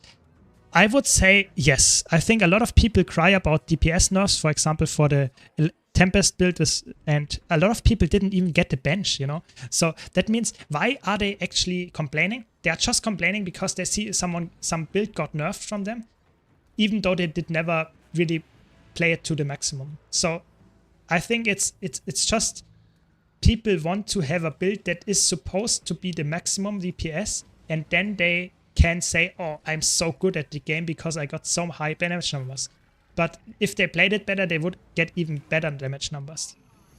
I don't know. I'm just saying, I think people overestimate how much actually the value is of those benches. I'm totally with you there. Not gonna lie, playing DPS without boons feels so bad. Kinda feel useless in my group setting. Alex Scourge has decent DPS with alacrity, a lot of barrier. That's true. That's true. Oftentimes that's why I play DPS supports. It's the biggest carry that you can get actually. If you also do mechanics, it's crazy. Okay, so now it's time. It is time. Let me quickly pull up. I will be right back. Switch scenes. 1 sec. I need my difference set up here.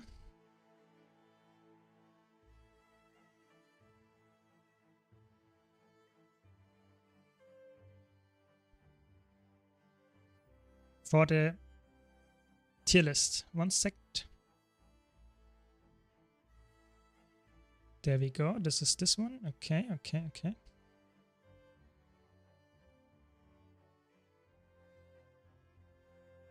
So I think we are Gucci. I have to quickly also include the text here. Give me 1 second.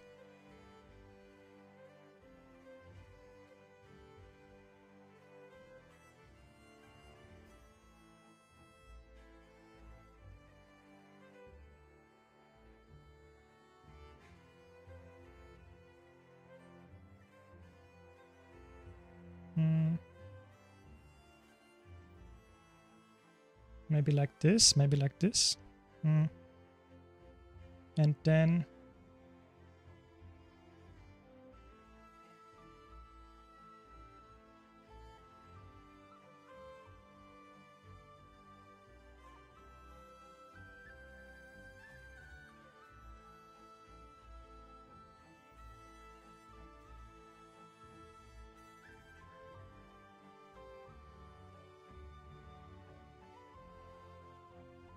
there we go. Okay, so I think that's good. Let me catch up on chat 1 second. Yeah, I think the barrier also helps on the DPS scotch or Electri scotch. That helps a lot. Yeah.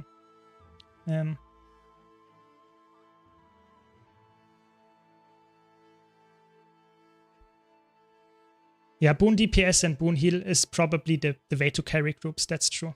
But of course, if you know a boss fight, you can also just DPS play a DPS build and play really well if you get the boons, but you can't change that. So that's my last thing. Of course, it's more fun to play in a group that actually gets all the boons to you and you can play whatever you want and it's working.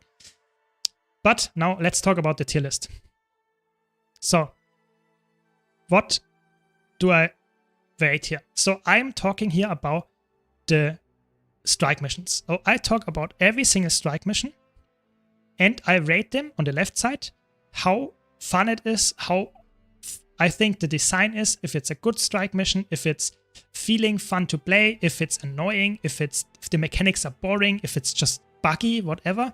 And on the right side, I will rate them in terms of difficulty. Yeah, it's, as always, my tier lists are my personal take, it's my opinion. But it's really important that you understand that. Yeah. So let's start with probably the Icebrew Saga strike missions because that's what you think. No, not true. Actually, Old Lion's Court is the first one that you encounter. So that's a core strike mission that you get when you get by the core game actually. So what do I talk here? I think Old Lion's Court is a decent strike mission. I think it's from a design perspective. I think it's a very good strike mission. It has nice mechanics, it has tanking, it has damage, it has phases, it has breakbar, it has a nice puzzle. I think it's a very good strike mission. From a design perspective, I think it's fun. I think it favors Condi builds not a lot because you have almost every 10% you have phases, so I think it's a power only strike mission. But I think still it's a very good one. For me, we start off with an A tier, I would say. For me, that's an A tier. And I would put the CM with it. I think the CM is, yeah, it's good. I think both of them, I would say, are, for me, A tier. I think they are not that puck friendly because pucks are always failing in CM. But in my opinion, it's a very cool strike mission. Just, that's what I want to say. When it comes to difficulty, I would actually put it in medium. I have to be honest. I would put it in medium. I'm not sure. I'm not sure. Maybe I put this one in easy and the CM in medium. I don't know. Maybe it's hard. I don't know. It's hard to say because I think it's actually not that hard, but people consistently fail it as pucks. So, I don't know. I'm not so sure. I wouldn't say Old Lion's Court is actually. I'm not sure. Is it easy? I think if you can carry them, if you tell them what kind of CCs, so if it's the red one, the green one, or the blue one, if you have to CC them first, I think they're actually decent. And I think if you have someone that helps you there, I think it's both of them are actually decent.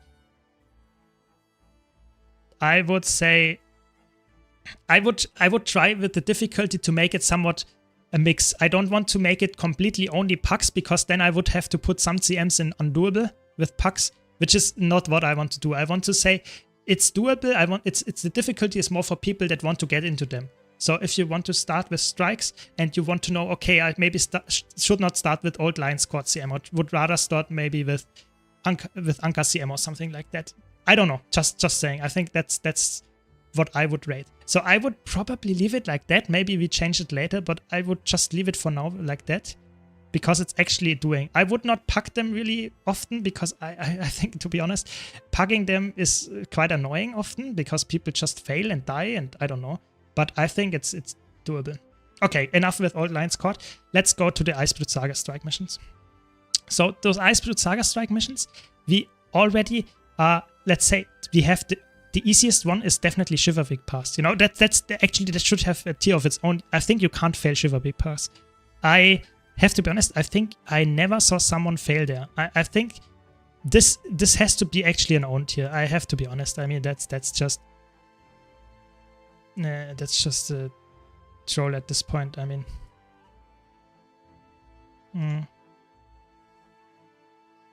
this is just the ice golem. I don't know.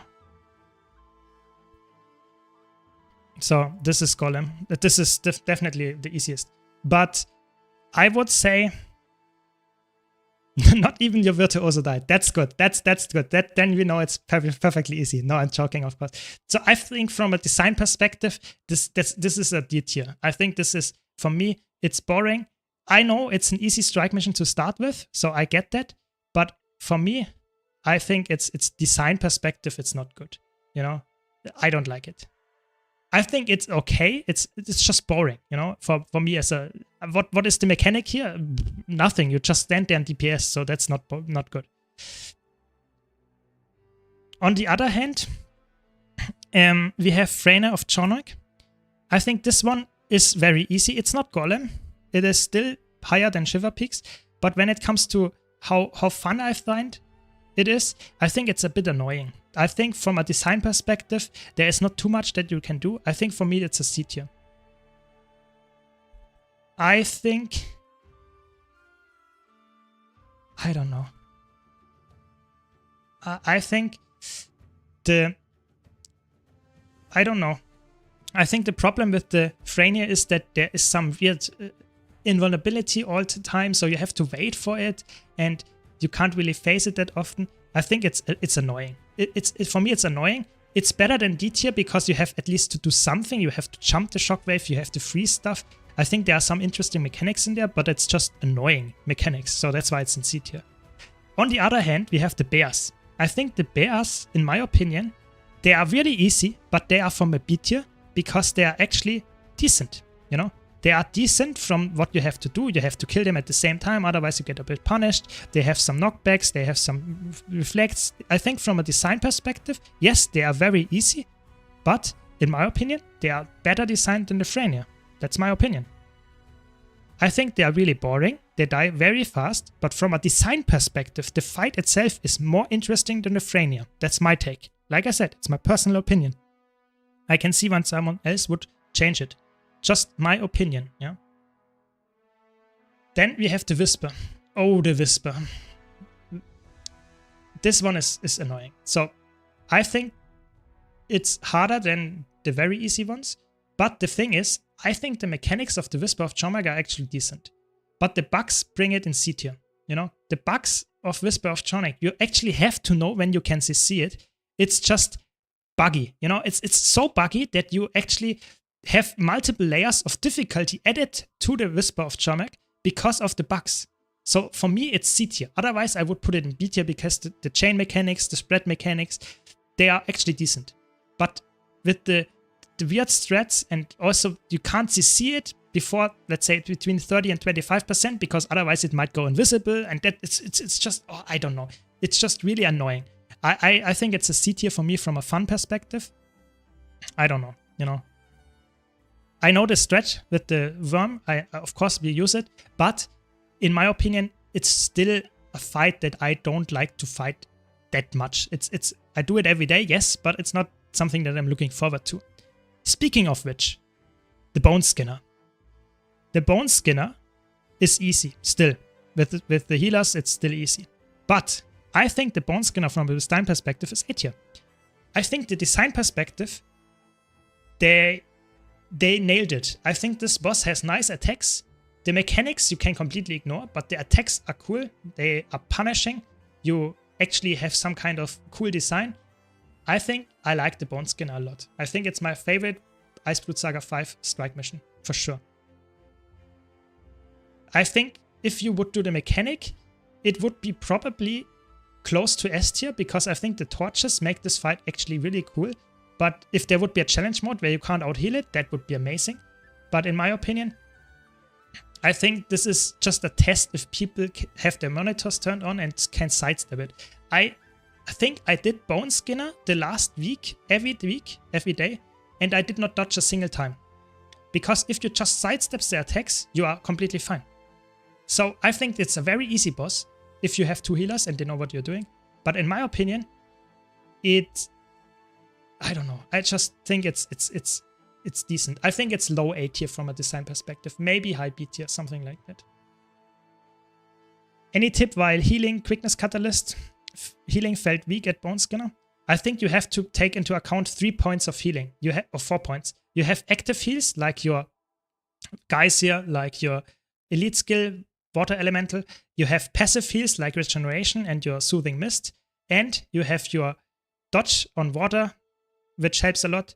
And of course, that's the most important part. All your blast finishers are heals. So if you use all four of those, I actually did it and showcased it in my video, it's completely fine. You will easily out-heal the damage. So that's how it works. Just a quick roundabout. All those 4 things should work. Yeah. But you can't save someone that is actually downstate. You can't teleport them to you if you don't use your air cliff for that. Okay. Next up, we have Cold War.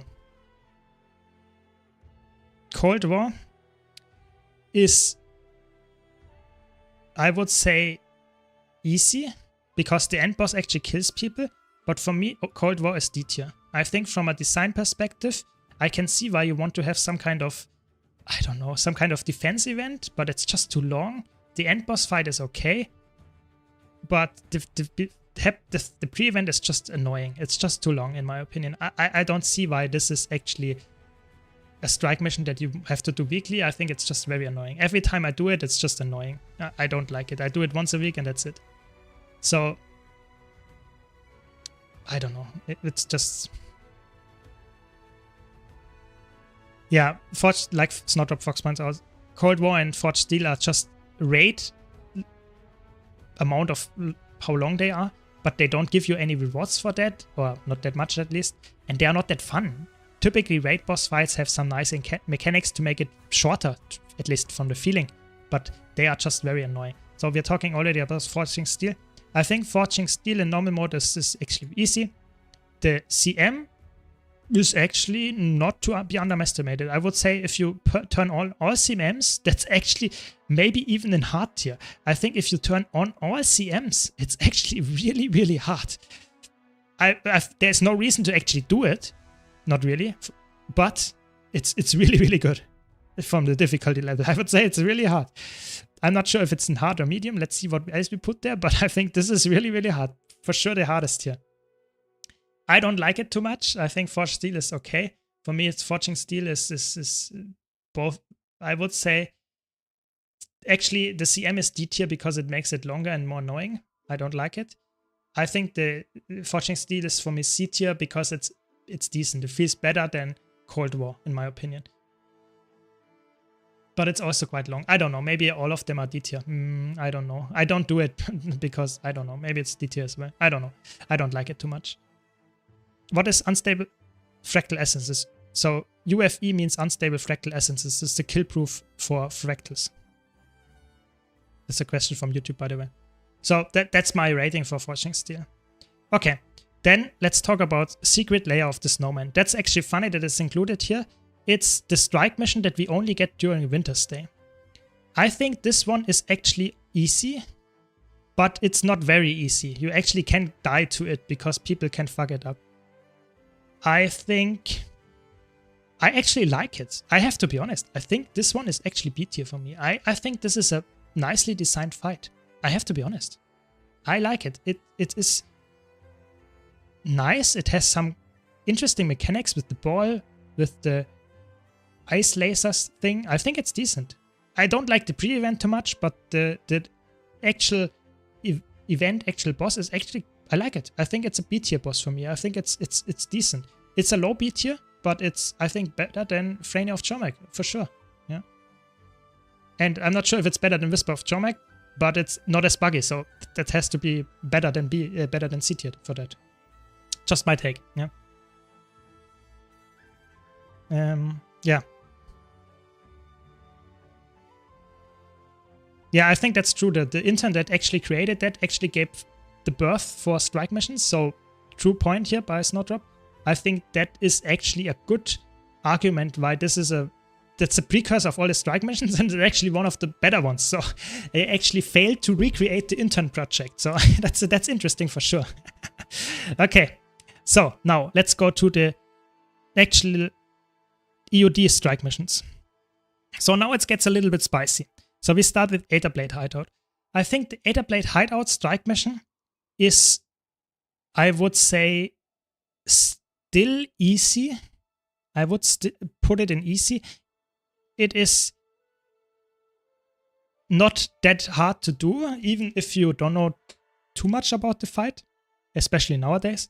You just stand where the group stands and you will be fine. From a design perspective, I have to be honest, I think this is just a CC and a long, annoying boss with a lot of phases. I don't know. I think this is a strike mission that is, from a design perspective, not that great. I think it has a lot of mechanics and not a lot of attacks. I don't like it when strike missions are like that. I like to have bosses that have mechanics while still having attacks, you know? I think for me it's a lot of time gates in the boss. I don't like that. But I think in general it has at least something to do. It's more like a golem. So I think just for that, because of how I like it a little bit better, I think, well, it doesn't let it me. I would put it for that in B tier. I think for me it's a high B tier. It's not as fun as the A tier bosses for me, but it's something that I like to do. Yeah. Really? You think it's the perfect one? I think I agree in the terms of difficulty. I think in terms of difficulty, I agree it's the perfect one. But in terms of design, I personally don't like it too much. It has too many mechanics, too much time gate, without any real attack most of the time. There are 2 attacks that are challenging. I think the difficulty is perfect. I agree. The difficulty, that's how strike missions should be for the most part. The normal mode ones. But when it comes to the challenge mode, I think the challenge mode I would actually put in medium. Because people can fuck it up easy. Really easy. You get one person gets targeted, doesn't know how to do the mechanic with the bomb, and you have to reset. So that's why it's in medium. Only because of that.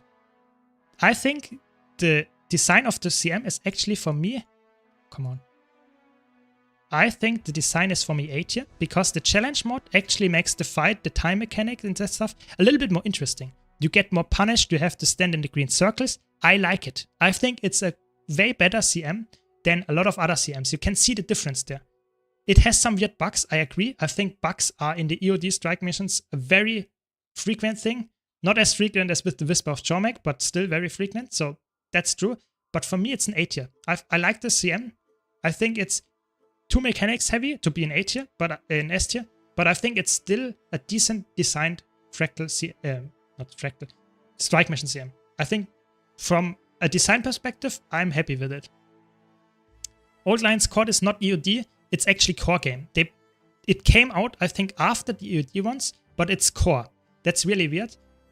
But that's just how they did it, because it was bundled into the Return to achievements, I think, at some point. Really weird. But that's just how it works. Okay, next up we have the Anchor strike mission. I'm not sure. I think Anchor CM from the difficulty is also easy. That much is for sure. But where would I put it from a design perspective?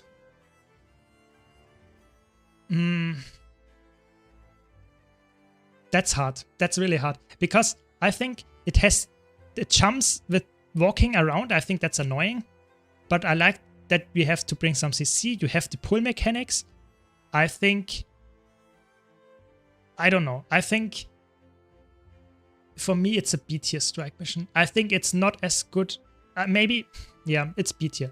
I think it's not as fun as A tier strike missions just because it's a little bit annoying. It's also feels like a golem most of the time, other than the pull mechanics of those ads. I don't know. I think for me it's a B tier.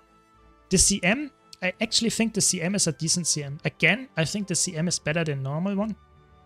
And I think it would put it in A tier. I think the design of the CM is way more interesting. I think the CM might be similar to Aether Blade Hideout. I think they are quite similar in how I would rate them from a design perspective. You get more things to do, you have to take care. There is actually the achievement in the CM actually that makes it even harder. I think that's a really cool thing. But other than that, I would say A tier. Yeah. And the difficulty is also medium, I would say. The CM one is actually medium. I think it's the CM is actually, I agree, I think the CM is probably better than most of the stuff here. I'm not sure I think Old Lions Court from a design perspective is probably better. I actually like Old Lions Court a lot. I have to be honest. I really, really like that one because I think it's actually, I like it. I think it's just a very good design strike mission. That's why I would put those actually higher than the Sunlai CM. I have to be honest, it's just my take. Okay, next up. Oh, now it gets actually interesting. Kaineng Overlook. So Kaineng Overlook, people can still fail because they just want to do it once for the turtle. You need to do it for the turtle mount. So can I put it in easy or have to put it in medium because people still didn't do it, you know? Is it really medium? I think it's not that hard. You know, there are some mechanics to do, but is it really medium? I mean, it's not on the same level as Old Lions Court CM, is it? I don't know. It's somewhere between easy and medium. I agree with that, but is it really medium? I don't know. It's not that hard. Yeah, maybe with the mech and the sniper mechanic. I mean, they always die. I don't know. It's such a meme. It's such a meme. If you join a group that wants to unlock the turtle mount, I'm not sure if you're up for the patience that you need to do that. You know, 5 hours or something of grinding this. It's annoying. It's really crazy. I don't know. It's I'm not sure. I'm not so sure. But yeah, I think I leave it there for now. So from a design perspective, I think actually the design of this fight is, for me, A tier. I think actually for me the Kaineng Overlook is A tier because you have a lot of interesting mechanics in the fight. It makes it more interesting than just having a boss that teleports after a few phases. I think for me it's a good design. It has multiple mini bosses in it that they're all different with the mechanics. I really like this. I think the telegraphing is a little bit weird, I have to say, but I think it's decent. And that's why I also think the Kaineng Overlook CM is probably one of the best CMs they did from a design perspective. I would say that's for me a high A tier because it makes it more punishing if you get knockback because there are no walls. For me, it's the highest A tier. It's not S tier yet because it is still not perfect, but I think it's a nice CM. It's punishing. It has some nice, cool additional mechanics in the CM. I think that Kaineng Overlook CM is also hard. I think it's for me hard because it's not as hard as Harvest Temple, for example, but it's still quite hard. I would say from a design perspective and from a challenge perspective, I would say Kaineng Overlook is for hardcore players a very good CM. For casual players, I think that's the cut where you can't do it anymore. I think people that are casually playing it, this challenge mode is actually too hard. That's my take. I think people typically go to medium, and then you have a high drop-off of people that really go harder than that. I think that's my take on it. But it doesn't make this actually less fun. I think it's still a very fun and very well-designed tier list. Kaineng Overlook, I think it's really good. Yeah. I don't know. Maybe someone else has a different opinion, but I think it's a really good one. Strike mission. Okay, and then up we have Harvest Temple. Oh boy. I think Harvest Temple, normal mode, is...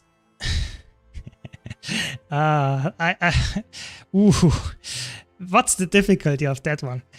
I personally think it's really easy. You know, it has a lot of mechanics, but they are all not that hard. But to be honest, I see so many people fail to the orb at the end all the time. I have to put it actually in hard. You know, I don't know. I think it's not as hard as Kaineng Overlook, but people consistently fail to that shit. It's crazy. I don't know. You have to go into some kind of 250 LI group to make sure that people don't die, and even there they die. I don't know. It feels so bad because it's actually so well designed in my opinion. For me, Harvest Temple is an S tier. I like that. It's such a good designed boss. It has multiple phases. It has multiple bosses. It's very clear. The telegraphing is a little bit off sometimes, but it's cool new mechanics. For me, it's an S tier strike mission. It's really cool. And of course, Harvest Temple CM goes in S tier as well because it's such a good fight. For me, it's really, really good.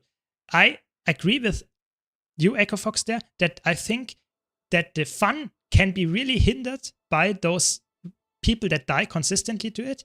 But I think it is, from a design perspective, such a good fight that I have to put both of them in S tier. It's really good, you know. But I would say actually it's hard, I think, for normal people because they just fail and do not do the reflex. They die to the jumps consistently. You know, look, not even the ball is the problem of sometimes people just die to the Morthramov slam with the head, you know, of the shockwave. They just don't jump it, don't dodge it, don't have stability. There are so many mechanics that are punishing people for sleeping. So, I don't know. I think it's just, for me, it's hard to puck. But I personally think it's actually, for me, it's actually really easy. I could play that with my eyes closed. I'm not joking. It's actually, I played it so often, it's actually not that hard. I don't know. I don't know. I really don't know. But that's why I put it here. Of course, Harvest Temple CM is very hard. We know that. We had a world's first race for that one. I think it's totally cool that we have that. We are totally happy about that. But it's not for the casual people. You have to really have some dedicated group to actually do it or buy it. That's true. But I would say I'm talking here about really achieving it. So I would put it in very hard. No doubts about that. Like I said, I think both of the CM and normal mode, I would put in S tier just because I think both of them are very nice. I think they are really good design. Okay, enough about Harvest Temple, enough about EOD strikes. Let's talk about the big elephant in the room. Let's talk about the best content they ever put out. Soto strike missions. Let's go. Cosmic Observatory. Easy. Maybe it's not very easy. Maybe it's easy. I think people die to that more consistently than the other ones. I think Cosmic Observatory is D tier from a design perspective. I think there's only one mechanic that I think is good. That's the arrow mechanic, but that's about it. But other than that, I think it's horrible. And I have to be honest, I think the CM is also horrible because the CM doesn't add anything. It makes it very annoying and people die to those fiend, but that's it. And I think for me, it's D tier. I can see why you like it, but I think it's just horrible. For me, Dagda is probably the worst challenge mode they ever added. You know, it's just annoying. It's just annoying. And from a difficulty, I would say the challenge mode is actually not difficult. I would say the challenge mode is maybe medium, maybe easy, if you depends on the group. But I would say, I don't know. I think for me it's high, easy, maybe low, medium. I would say put it in low, medium, just because people consistently fail Overlook. They also will probably fail the KO CM. But I think it's the worst CM, and it's also hard to rate from the difficulty, because if people see the red big thing, then they run away. That's good. If they don't see it for whatever reason, I don't know, maybe the monitor's turned off, then they die. I don't know. I think it's, I don't know. For me, it's I don't like it. I just don't like it. I actually don't do it a lot just because I don't like it. And now we go to the last strike mission. Disregarding, of course, 199 CM fractals, because those are apparently also quite similar to strike missions, but we really want to stick to the literal meaning of a strike mission here. Temple of Febe. So this is Ceres, and I think normal mode Ceres is actually easy, but it's not as easy as the very easy ones. Yeah, I think it's still easy. You can die to it. I know people that die to the CC. I know that people that fail the orb collecting and the stuff, and you get one shot by the burst phase in the 10%. But I think it's still an easy strike mission. When it comes to design, I think it's for me B tier, the normal mode. I think the normal mode is not that crazy. I have to be honest. I think the normal mode is decent from a design, but it feels more like you have a big health bar and you have to get through it, and otherwise you ignore most of the mechanics. You know, you run around once and that's it. You've spread with the orbs and that's it. I think it's fun, but it feels like a golem. I agree with you, Courier, that I do all the strike missions that feel like a golem because I like to have some golems in there. But I'm talking about the design. And if I talk about the design, I don't want to have a golem all the time, you know? I don't know. I'm just... I just think it's a B tier for me. When it comes to CM and LCM, they are not that much different. There's just small differences between them. So the LCM is even harder. It's on the, let's say, challenge mode of Harvest Temple. So I would say for me it's also, of course, very hard. And I would also put actually the normal CM probably in very hard. I have to be honest. Something like that. Maybe. I don't know. From a design perspective, I have to be honest. I'm not sure if Temple of Febe is actually as good as Harvest Temple. I have to be honest. Even the challenge mods. I think they are very good. But personally... I personally don't think it's actually that crazy good. I think they are very punishing. They have nice mechanics in the just how you have to deal with it. That you have to empower one to actually not empower the other ones. I think that makes sense. I think that's good. But in general, the mechanics themselves, I think, are not as crazy. Maybe I put them in S tier just because they are actually still very good. But I don't know. I personally have to say, I would say it's A tier for me. I think it's A tier from a design. I think only Harvest Temple deserves S tier from a design. Just because it's way better. It has so many different phases. It's so many different things that you have to think. I don't know. I think for me, that's actually how I would put it. Yeah. I might have people in the chat disagreeing with me here. Please let me know in the comments in the chat. But I personally think that's my tier list. Yeah. I think we have a lot of medium strike missions in A and B from a design perspective. We have a lot of easy and medium strike missions in terms of difficulty. But on the top end, with the hard and the really cool design, we don't have a lot of strike missions. We have a lot of shit strike missions in terms of design, I have to admit that. But I guess we get, I mean, I'm happy to get anything. So I'm happy that we have that many strike missions. I mean, I hope you see that's somewhat similar with me. I think I can agree with you, Echo Fox, that the Harvest Temple can be really unfun if you have a bad group. But if you just look at the design, I think it's really cool. You have really interesting new mechanics in the fight that makes it interesting to play it. I agree, it can feel really bad when it comes to how the people are performing in it. Yes, but I'm just looking at the design. Yeah. Maybe we can do a Harvest Temple normal mode run and explain every single mechanic why we do it. And then you can actually understand what I mean, why it's so good. Because you have so cool just mechanics. If you understand them, it's really fun. And every single dragon has different mechanics. I really like that. So I don't know. It's just my take. Yeah. I think that was a fun tier list. Yeah. Thanks for the follows, by the way, Treason, Smack, and Rob. And also, thanks for the Prime. Afraid if I didn't mention it already. So that's my tier list. And I think with that, I also want to end the stream. I hope you had some fun with me today.